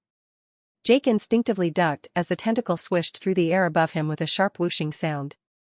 The massive monster let out a frustrated roar as it charged toward him. With the mutant dangerously near, Jake swiftly darted to the side to get out of its path and gain some distance between them. The whipper attempted to seize him with its sharp-clawed right hand, but he narrowly evaded its grasp. As the creature's momentum carried it forward, Jake took aim and fired at its back, blowing a chunk of flesh out of its body. He had inflicted some damage, but the organic growth on the monster swiftly regenerated its injured flesh at incredible speed. Jake knew that he could use the push spell a few more times, so he cast it again. The surge of energy struck the creature's back, causing it to lose balance and drop to its knees. Seizing the moment, Jake swiftly adjusted his aim and fired a shot at the exposed back of the mutant's skull. Half its head exploded, sending bits of shattered skull bone and brain matter flying everywhere. Surprisingly, the elite mutant was still alive and kicking, showing the will to continue the fight. Rising to its feet, it swiftly turned around to confront Jake. For the next few minutes, Jake engaged in a fierce battle with the whipper. Despite his best efforts to target the creature's head, landing headshots was hard due to the mutant's constant movement. When he hit its body, he hardly inflicted any damage because the organic growth absorbed the impact of the pellets like a sponge and swiftly healed the damaged flesh. The whipper relentlessly attacked him with its tentacle, but he managed to evade the strikes with quick reflexes. In one instance, the whipper landed a hit, knocking him down. Rising to his feet, Jake countered by casting the push spell on the monster, slowing it down enough for him to escape. Finally, he was able to deliver one more shot to the creature's head, causing what was left of it to blow apart in a shower of gore. The whipper's headless body collapsed to the ground with a tremendous thud. His PDA beeped with an incoming notification, indicating that the final objective of his mission had just been achieved. He slung the shotgun over one shoulder and took out the device. He was offered 3 different weapons to choose from as a reward: a heavy-caliber pistol, a powerful shotgun, and an assault rifle. All of them were of rare rarity, surpassing both common and uncommon weapons in quality. After selecting the assault rifle, he was prompted to designate a location on the map for the airdrop containing his reward. He accessed the map, tapping on the roof of the building he occupied. In response, a message appeared on the screen, confirming that the airdrop would reach him in a matter of minutes. Putting his PDA away, Jake approached the rooftop's edge and peered down. The deserted street 10 stories below appeared devoid of mutants or survivors. Recalling a previous incident where another survivor attempted to intercept his supply drop, Jake felt more secure this time. Even if there were survivors in the vicinity, it would take them a while to locate the landing spot and reach the roof of the tall building. Jake knew that this time, he had ample time to retrieve his prize weapon and prepare an ambush in case anyone appeared. A few minutes later, a rumble reverberated through the sky, catching his attention. Glancing upward, he spotted a sleek, futuristic aircraft nearing his position. As the craft soared over the high-rise building, the rear hatch swung open, releasing a parcel that descended gracefully with a parachute. Jake observed the airdrop's gentle descent until it settled on the rooftop beside the whipper's lifeless body. In contrast to the previous day's supply drop, the box was noticeably smaller, likely containing only one weapon and no additional items. Following the same routine as before, he entered the confirmation code he'd just received on his PDA into the panel on the side of the box. The code was accepted, and the lid of the box swung open, revealing his prize assault rifle lying inside. Jake scanned it with his PDA. The rare weapon was level 10, and its impressive stats far exceeded his expectations. With excitement coursing through him, he carefully tucked his PDA back into his inner jacket pocket before retrieving the weapon from the box. He couldn't wait to test it out on some mutants. Plucking out the magazine, he found it filled with a good amount of rounds. After seating the mag back, he checked the bolt and confirmed another round was ready in the chamber. Jake returned his attention to the box, where he noticed a few spare magazines inside. Picking them up, he secured the mags in the pouches on his belt. Gripping the assault rifle firmly, he headed back to the stairs and started descending to street level.